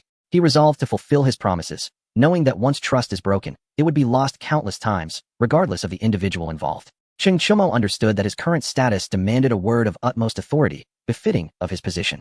Do not commit even the smallest of evils. Within half a month, Cheng Chumo fashioned a carriage. He utilized an exceptionally lightweight wood, encased in a thin layer of iron. The tires stood as high as a person. Sun He arrived in Shurcheng with materials to join the research, making things considerably easier. Cheng Chumo taught Sun He the principles of inertia. Sun He, a true expert in this field, omitted all unnecessary components, allowing the carriage to take shape swiftly. There were 8 tires, each 1 person high, equipped with inflatable rubber inner tubes and steel wire outer tires. Cheng Chumo procured 8 warhorses to test the carriage's pull. It was functional, though the 8 horsepower struggled. He added another 8 horses, which lightened the load considerably. Cheng Chumo breathed a sigh of relief. It was finally accomplished. He summoned Empress Changsun, who was overjoyed upon seeing the carriage, exclaiming in delight as she climbed aboard. She gathered the women to begin the decorations. Conscious of the need to keep the carriage from becoming overly burdensome, discarding all unnecessary items during the process. Once decorated, they commenced test driving. With 16 horses pulling in 4 rows of 4, the initial acceleration was somewhat laborious, but once in motion, the inertia mechanism made it effortless, and the horses galloped swiftly. Empress Changsun was thoroughly satisfied, eagerly awaiting Cheng Chumo to take them out for a ride. In the Shurcheng government office, Li Daozong stood face to face with Cheng Chumo, showing no sign of fear as he met Cheng Chumo's gaze directly. I see Prince Cheng, Li Daozong stated. Cheng Chumo assessed Li Daozong, acknowledging his boldness. Gansu is not a place for you to stir trouble. I am curious to know who granted you such courage, Cheng Chumo replied. Li Daozong, with his hands clasped behind his back, refrained from directly answering Cheng Chumo's inquiry. I plan to visit Tubo soon. If you have something to say, best say it quickly, he declared. Cheng Chumo found himself amused. Did Li Daozong think he could leverage Songzhan Ganbu against him? Did he believe Cheng Chumo would hesitate to offend Songzhan Ganbu due to potential interests in Tubo? Li Daozong indeed harbored such thoughts, believing that the Sun and Moon City, with only 50,000 troops, could instill fear in Tubo. How absurd. Tubo was no small nation, and a mere few thousand troops could not subdue it. Bring forth the Tianyuan left guard and detain Princess Wencheng. If Tubo desires her, let Songzhan Ganbu come personally, Cheng Chumo commanded. Li Daozong's eyes widened in disbelief. Did Cheng Chumo dare to take such a monumental risk as to detain Princess Wencheng? Did he not comprehend her significance? You, Li Daozong began. Cheng Chumo anticipated his words. Audacity often bordered on recklessness. Would he shrink in the face of Li Shimin? I shall give Songzhan Ganbu half a month. If he does not arrive within that time, then I regret to inform you. Princess Wencheng will remain in Sun and Moon City permanently, Cheng Chumo added, casting a cool glance at Li Daozong. With that, he departed. The special forces escorted Li Daozong away and placed him under house arrest. Cheng Chumo aimed to impart a crucial lesson to Li Daozong. While his connections may hold weight elsewhere, they bore no significance here. For Cheng Chumo himself was the strongest ally and the most formidable background. After a leisurely half-month, Songzhan Ganbu arrived in Gansu with gifts. At the waterside villa, Princess Chizuan stared in astonishment. Wu, my king, you deceived me. Did you not say Gansu was impoverished? Wu, look. They live in a villa despite being so poor. I want to stay here. I don't care. I want to live here. Princess Chizuan lamented. Upon meeting Empress Changsun, she cried even more bitterly. Wu, Songzhan deceived me. Empress Changsun offered her comfort with a smile. Songzhan Ganbu, bewildered, regretted bringing her along. It was meant to be a serious occasion. Cheng Chumo patted his shoulder, and the two shared a camaraderie akin to long-lost friends as preparations for the feast commenced. Brother Cheng, please release Princess Wencheng. We have a strong connection. Songzhan Ganbu stated bluntly, avoiding any circumlocution. Cheng Chumo regarded him with a knowing smile. How melodious his words sounded, considering he had barely met Princess Wencheng. Was he truly pursuing her? Accompanying Princess Wencheng to Tubo were a multitude of craftsmen. This was a political exchange. Tubo would submit to the Tang dynasty, and in return, the Tang would support Tubo's technological advancement. Such a charming term it was, marriage alliance. But really? Did you comprehend what kind of person Princess Wencheng is?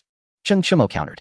Songzhan Ganbu remained unfazed, raising his glass as the best response. Some matters were understood without the need for words. Cheng Chumo raised his glass as well. Bring in Li Daozong, he instructed. Before long, Li Daozong was escorted in. Cheng Chumo looked toward Songzhan Ganbu, finding him quite intriguing. He desires Gansu. Do you think I should eliminate him? Oh, I forgot to mention, he is the biological father of Princess Wencheng, Duke of Jiangxia, Li Daozong, Cheng Chumo stated. Chapter 241. Departing to fetch someone. Songzhan Ganbu's expression remained unchanged, not even glancing at Li Daozong. He was not foolish. Admitting Li Daozong as Princess Wencheng's father would undermine his own stature. In private, he could refer to him as father-in-law, but not in this moment. Brother Cheng, you jest. How could the father of a princess be a duke? The father of a princess must be the reigning emperor, Songzhan Ganbu replied. Indeed, a duke's daughter should be titled as a county princess, not a princess. Princess Wencheng is a true princess, and her father can only be Li Shimin. Cheng Chumo turned his gaze to Li Daozong, whose countenance darkened. He comprehended Cheng Chumo's intentions. This was an implicit dismissal. Even if he were to perish, it mattered not. For Songzhan Ganbu would never acknowledge him as his father-in-law. Cheng Chumo waved his hand, and Li Daozong was led away. Cheng Chumo, having achieved his objective, found it pointless to continue detaining Princess Wen Cheng and consented to let Songzhan Ganbu take her. Before departing, Songzhan Ganbu approached Cheng Chumo, expressing a desire to sell grapes throughout the Tang Empire. Cheng Chumo agreed, noting that Tibetan grapes were renowned for their exquisite taste and affordability. After bidding farewell to Songzhan Ganbu, a letter arrived from Chang'an, penned by Li Tai. He requested Cheng Chumo's assistance, stating that the Tang court was rife with corruption and needed Cheng Chumo's intervention. Cheng Chumo chuckled at the letter's flattering prose and elegant calligraphy, recognizing the ulterior motives behind it.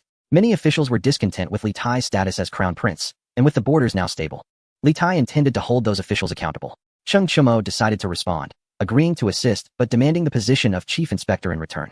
When the special forces hesitated, Cheng Chumo inquired about the issue. They were embarrassed, admitting their inability to write a letter. One of them suggested that Cheng Chumo compose the message instead. With a shake of his head, Cheng Chumo declined and turned to leave. The special forces, scratching their heads, began seeking someone to help them write the letter but found no takers, as no one dared to impersonate a prince's command. Just as their frustration mounted, Li Daozong approached and ultimately offered to assist with the writing. The special forces pretended to read the letter, questioning if it was correct. However, the letter was written backward, and Li Daozong did not correct it, hoping that Cheng Chumo wouldn't notice. The special forces presented the letter to Cheng Chumo, who praised it, knowing that Li Daozong understood his character and would not look too closely. Upon opening the letter, Cheng Chumo's lips curled into a cold smile. It appeared Li Shimin was still plotting against him from his sickbed. Folding the letter, he instructed them to send it. The content was straightforward. The mission had failed, and plans would need to be revised. Cheng Chumo speculated that the mission likely concerned Empress Changsun, prompting him to formulate his next steps. He prepared to explore the surroundings, accompanied by Li Daozong, who had his own usefulness. 3 days later, a colossal carriage rolled along the official road to Hanoi, flanked by special forces, with 2,000 shadow guards in tow. Inside the carriage, Empress Changsun gazed out the window, her face radiating joy, akin to a caged bird yearning for freedom. Having rarely ventured beyond the palace, she finally had the opportunity to roam, yet she wondered how long this freedom would last. Where are we headed?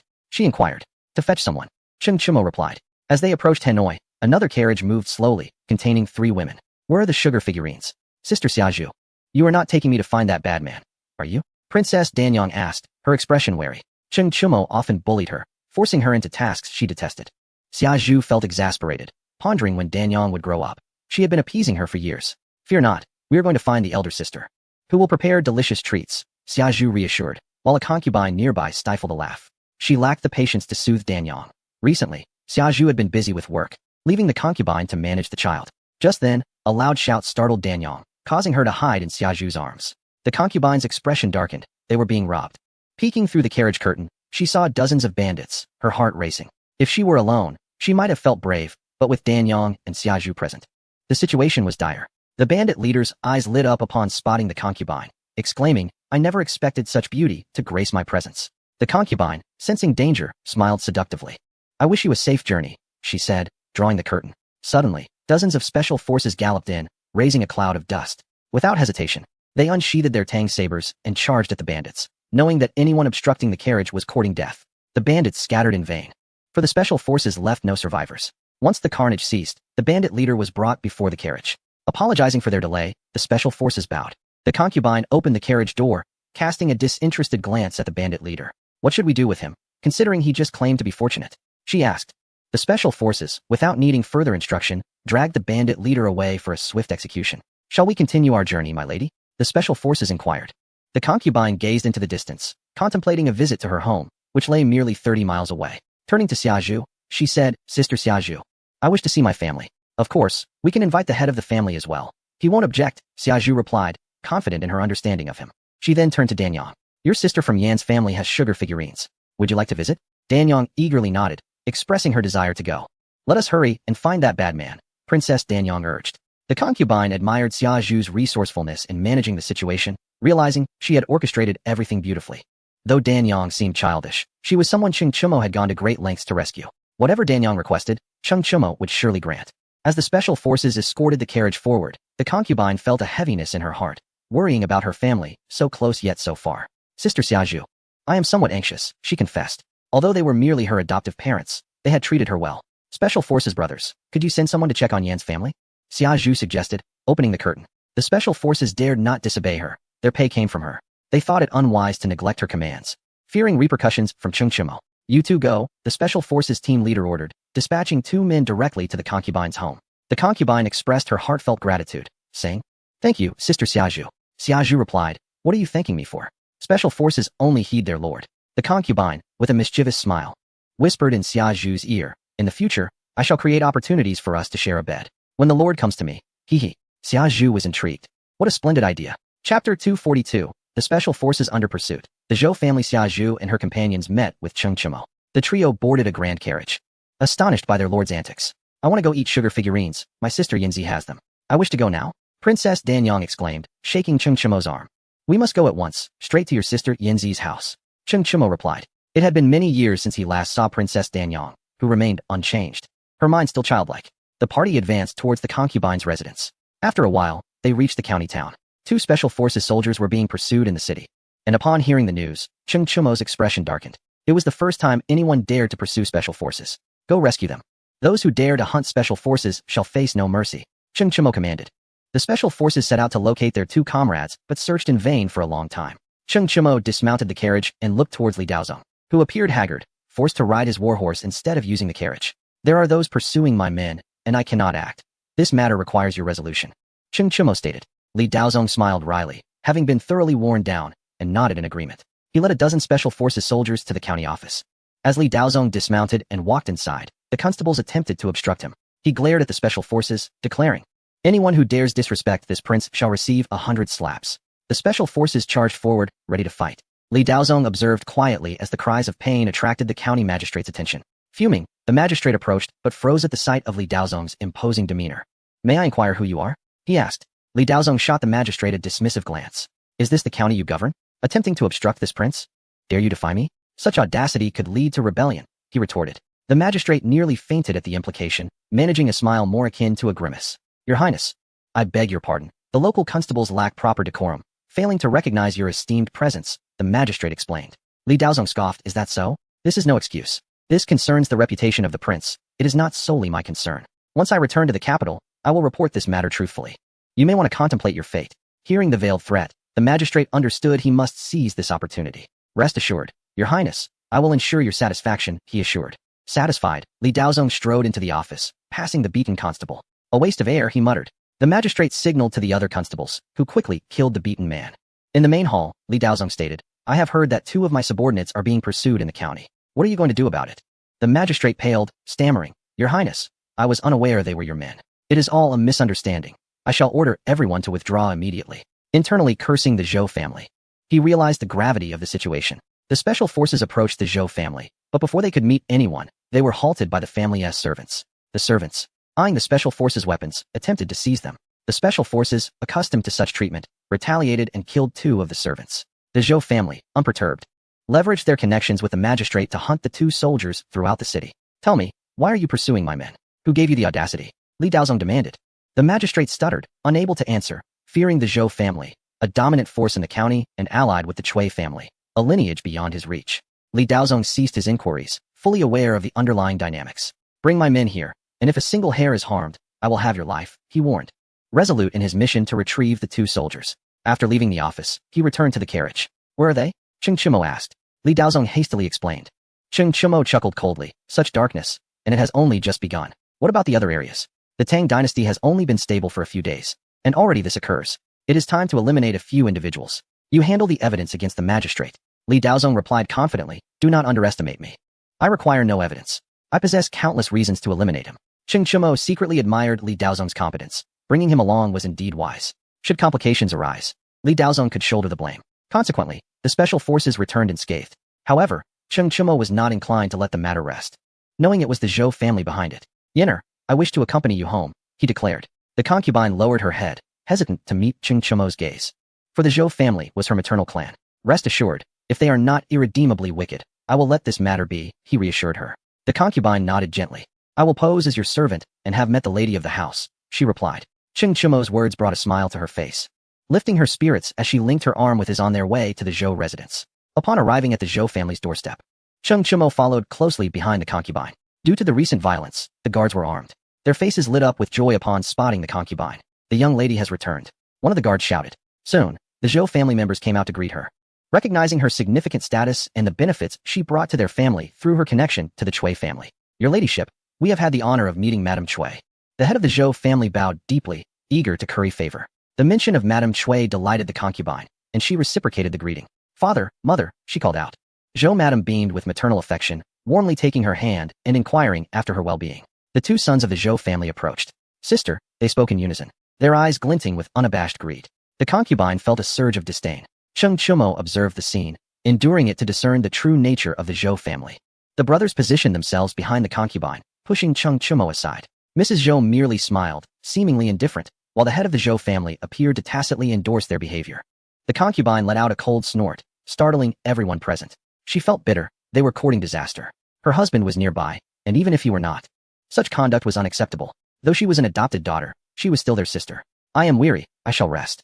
We can discuss matters later this evening, the concubine declared, beckoning Cheng Chumo to her former chamber. Chapter 243. The true form of Li Ji revealed upon returning to her room. The concubine murmured, "Forgive me, my husband." She felt it was she who should apologize, for her nominal brother had dared to cast such a gaze upon her in front of Cheng Chumo. Could any man tolerate such disrespect? Cheng Chumo felt a disquiet stirring within him as he gazed at the concubine. Has this always been the case? He inquired. The concubine nodded, her heart heavy. She had anticipated joy in returning home, yet the reality proved otherwise. What could her adoptive parents possibly be thinking to allow such behavior? In the study of the Zhou family patriarch, his two sons wore expressions of excitement, while he bore a grim countenance. You are exceedingly brazen. Yenner is now the concubine of the head of the Cui family, and you dare to act so openly? He rebuked, his voice laced with anger.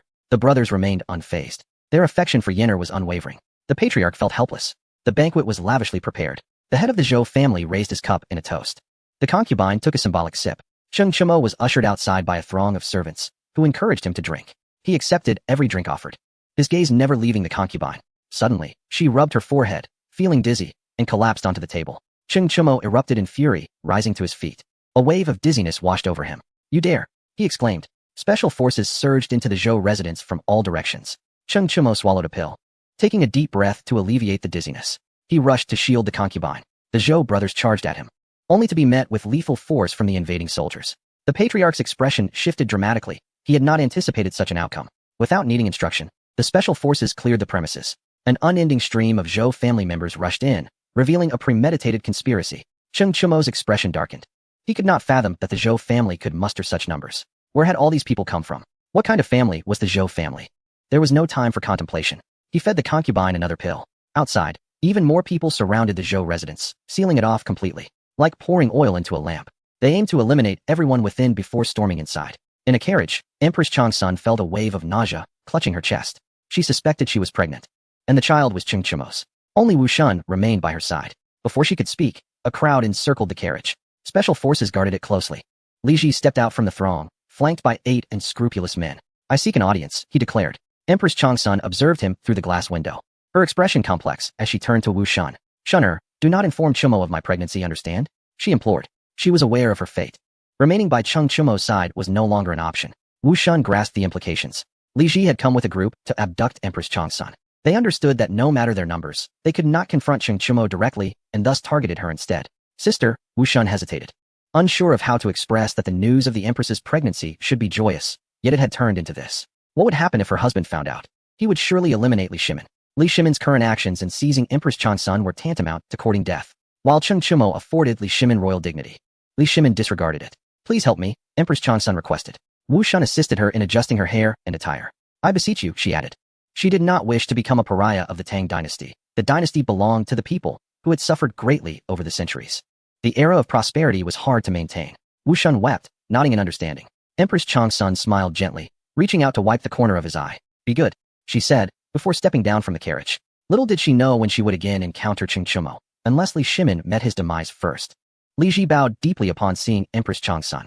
I pay my respects, mother, he stated. She cast a fleeting, indifferent glance at him. Her aversion to Li Ji was well-founded. His benevolence was but a facade, and he was adept at masquerading his true self. He had harbored ambitions from a young age. Despite Empress Changsun's repeated counsel to Li Shimin to send him away, Li Shimin had chosen to keep him close. Li Tai could tolerate Empress Changsun's exile, as he still held affection for her and wished not to sever ties completely. Li Ji had always sought to bring Empress Changsun back to the palace, confining her within its walls, thus revealing his Oedipal complex. A carriage approached, and Empress Changsun remained silent as she mounted it, casting one last glance at her favored carriage, regretting that she had not yet enjoyed it enough. Do not move, she commanded, halting the advancing special forces. For their numbers were insufficient to contend with the 8 unscrupulous men. Empress Changsun entered the carriage, securing the curtains. The carriage departed slowly. Li Ji mounted his horse, determined to hinder Qing Chumo for a day and a night. He harbored thoughts of killing Qing Chumo, but knew it was an impossibility. Frustrated, he glared at the carriage, then at the dozen special forces nearby, suppressing his urge to act. In the Chang'an Imperial Palace, Li Shimin sat in a wheelchair, with Li Tai standing behind him. The wheelchair had existed since the Three Kingdoms period, used by Zhuge Liang. With Yuan Tiangan's assistance, Li Shimin had finally detoxified, and his body was gradually recovering. For reasons unknown, he could not stand. If his health improved, his first concern would be the military officials. Li Tai resigned himself to fate. Qing Ke, I never anticipated your capabilities. I am gratified, Li Shimin remarked. Li Tai remained silent. There was nothing left to say, only regret for his own lack of decisiveness. There are laws of the state and family rules. I wish to protect you, but it is beyond my capability. Go to the Zongjing Sea, Li Shimin instructed. The Zongjing Sea was akin to the Zongrenfu of the Ming dynasty, where royal family members were sent when they committed offenses. Power is but an illusion, merely a means to provide a step for the emperor. In name, it is not the emperor's will to act thus. Li Tai scoffed. Initially, I failed to comprehend why my elder brother chose rebellion. Now, I understand. I feel disheartened for my brother and lament the fact that we have such a father. With this thought, Li Tai approached the ancestral temple, a flicker of regret surfacing within him. He should not have contended with his brother. Such strife was unwarranted. His brother saw clearly. Aided by Qing Chumo, he managed to extricate himself unscathed, while he, on the other hand, ended with nothing. He lacked the ruthlessness required. He had countless opportunities to eliminate Li Shimin, yet he refrained, ultimately allowing his conscience to dictate his actions. The consequence was Li Shimin's resurgence while he awaited his demise at the ancestral temple. If given another chance, would you slay me? Li Shimin inquired. Li Tai paused, turning to face him. I have learned your merciless ways, yet I do not wish to emulate your disregard for kin. You shall come to regret this, Li Shimin, he proclaimed. During his regency, he did not harm any of his brothers, not even Li Ji, for whom he arranged a position far from Chang'an, hoping to distance him from the capital. Little did he know that the most ruthless of all was Li Ji, who divulged Qing Chumo's whereabouts to Li Shimin, prompting Li Shimin to orchestrate the return of Empress Changsun. Chapter 244. A mother's resolve. Li Shimin fell silent, his thoughts inscrutable. A court physician approached. Your Majesty, the lady is with child, he reported. Li Shimin continued to conceal the identity of Empress Changsun. Upon learning of her pregnancy, Li Shimin's countenance darkened to an extreme, causing him to expel a mouthful of blood. To the Ganlu Palace, he commanded. Upon arrival, he confronted Empress Changsun. Terminate the pregnancy at once, he bellowed. Empress Changsun glared at him defiantly. A woman may be delicate, but a mother is fierce. Dare to harm my child, and I shall annihilate all your offspring. I will ensure the extinction of the Li clan, she retorted, her voice icy. The two exchanged fierce glares, neither willing to yield. Test me, if you dare, Empress Changsun challenged. Li Shimin, indeed, did not dare. He envisioned a lineage of sovereigns arising from his bloodline, desiring for his descendants to eternally reign over the Tang.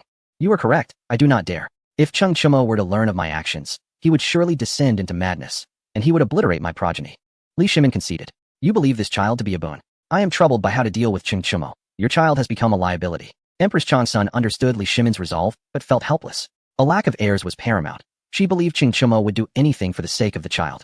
Do as you will, but I warn you, do not touch my child or Li Tai, she declared, before turning her back on him. Li Shimin, disinterested in further dialogue, departed from the Lizing Palace. In the Ganlu Palace, Li Ji was engrossed in reviewing memorials. Father, he greeted, bowing deeply upon Li Shimin's return. Li Shimin nodded, his expression grim. The final words of Empress Changsun weighed heavily on his mind. Although Li Tai was destined to perish, her declaration forced him to reevaluate. Do not harm my child echoed like a mother's fierce cry, hinting at her potential for far more extreme actions. Unlike other consorts, Empress Changsun possessed the means to resist, and her defiance was beyond what Li Shimin could endure. Even if Qing Chumo were to perish, his subordinates would remain loyal to Empress Changsun. Li Shimin was not arrogant enough to underestimate them. They possessed the power to fracture the Tang dynasty, threatening his reign. The only solution lay in consigning both Qing Chumo and Empress Changsun to the grave. The Fufeng Northern Army now boasted 50,000 troops and 200,000 warhorses. The Tianyuan Left Guard maintained control over Tubo. Should the Tianyuan Left Guard negotiate with Tubo to assault the Tang, what would become of the Tubo rebel forces? The Tang was undoubtedly a tempting prize. Songzhan Ganbu would certainly offer assistance, aiming to expel the Tubo rebels alongside the Tianyuan Left Guard. Furthermore, would the Shu army heed Qing Chumo or Empress Changsun? They would, for they followed Qing Chumo. Against these three forces, which Tang army could stand a chance? The forces of Su Dingfang? Unlikely. Perhaps Shui Ringui's troops could, but what of Liao Dong? Let us not forget that the Liaodong army held Cheng Chumo in the highest esteem. With the events surrounding Chibi Heli still fresh in their memory, Shui Rengui would not dare to employ the Liaodong army against Cheng Chumo. That would be tantamount to a death sentence. The Liaodong forces could easily arrest him and surrender to Cheng Chumo. As for Li Jing's troops, he dared not act. Any movement would incite the Fufeng Northern Army to obliterate the Longxili clan. Who else remained? No one. The sole means of dealing with Cheng Chumo was to bury him in the ground. Send word to Cheng Chumo. I demand his monastic retreat, Li Shimin commanded. Li Shimin had unfinished business. He wished to avoid any further influence from Cheng Chumo over the Tang. With Empress Changsun in the palace, he doubted Cheng Chumo would dare to disobey. Cheng Chumo was en route to Chang'an, his anger simmering. Li Shimin was courting death. A great serpent does not perish without due cause. Why did I not allow Li Tai to eliminate him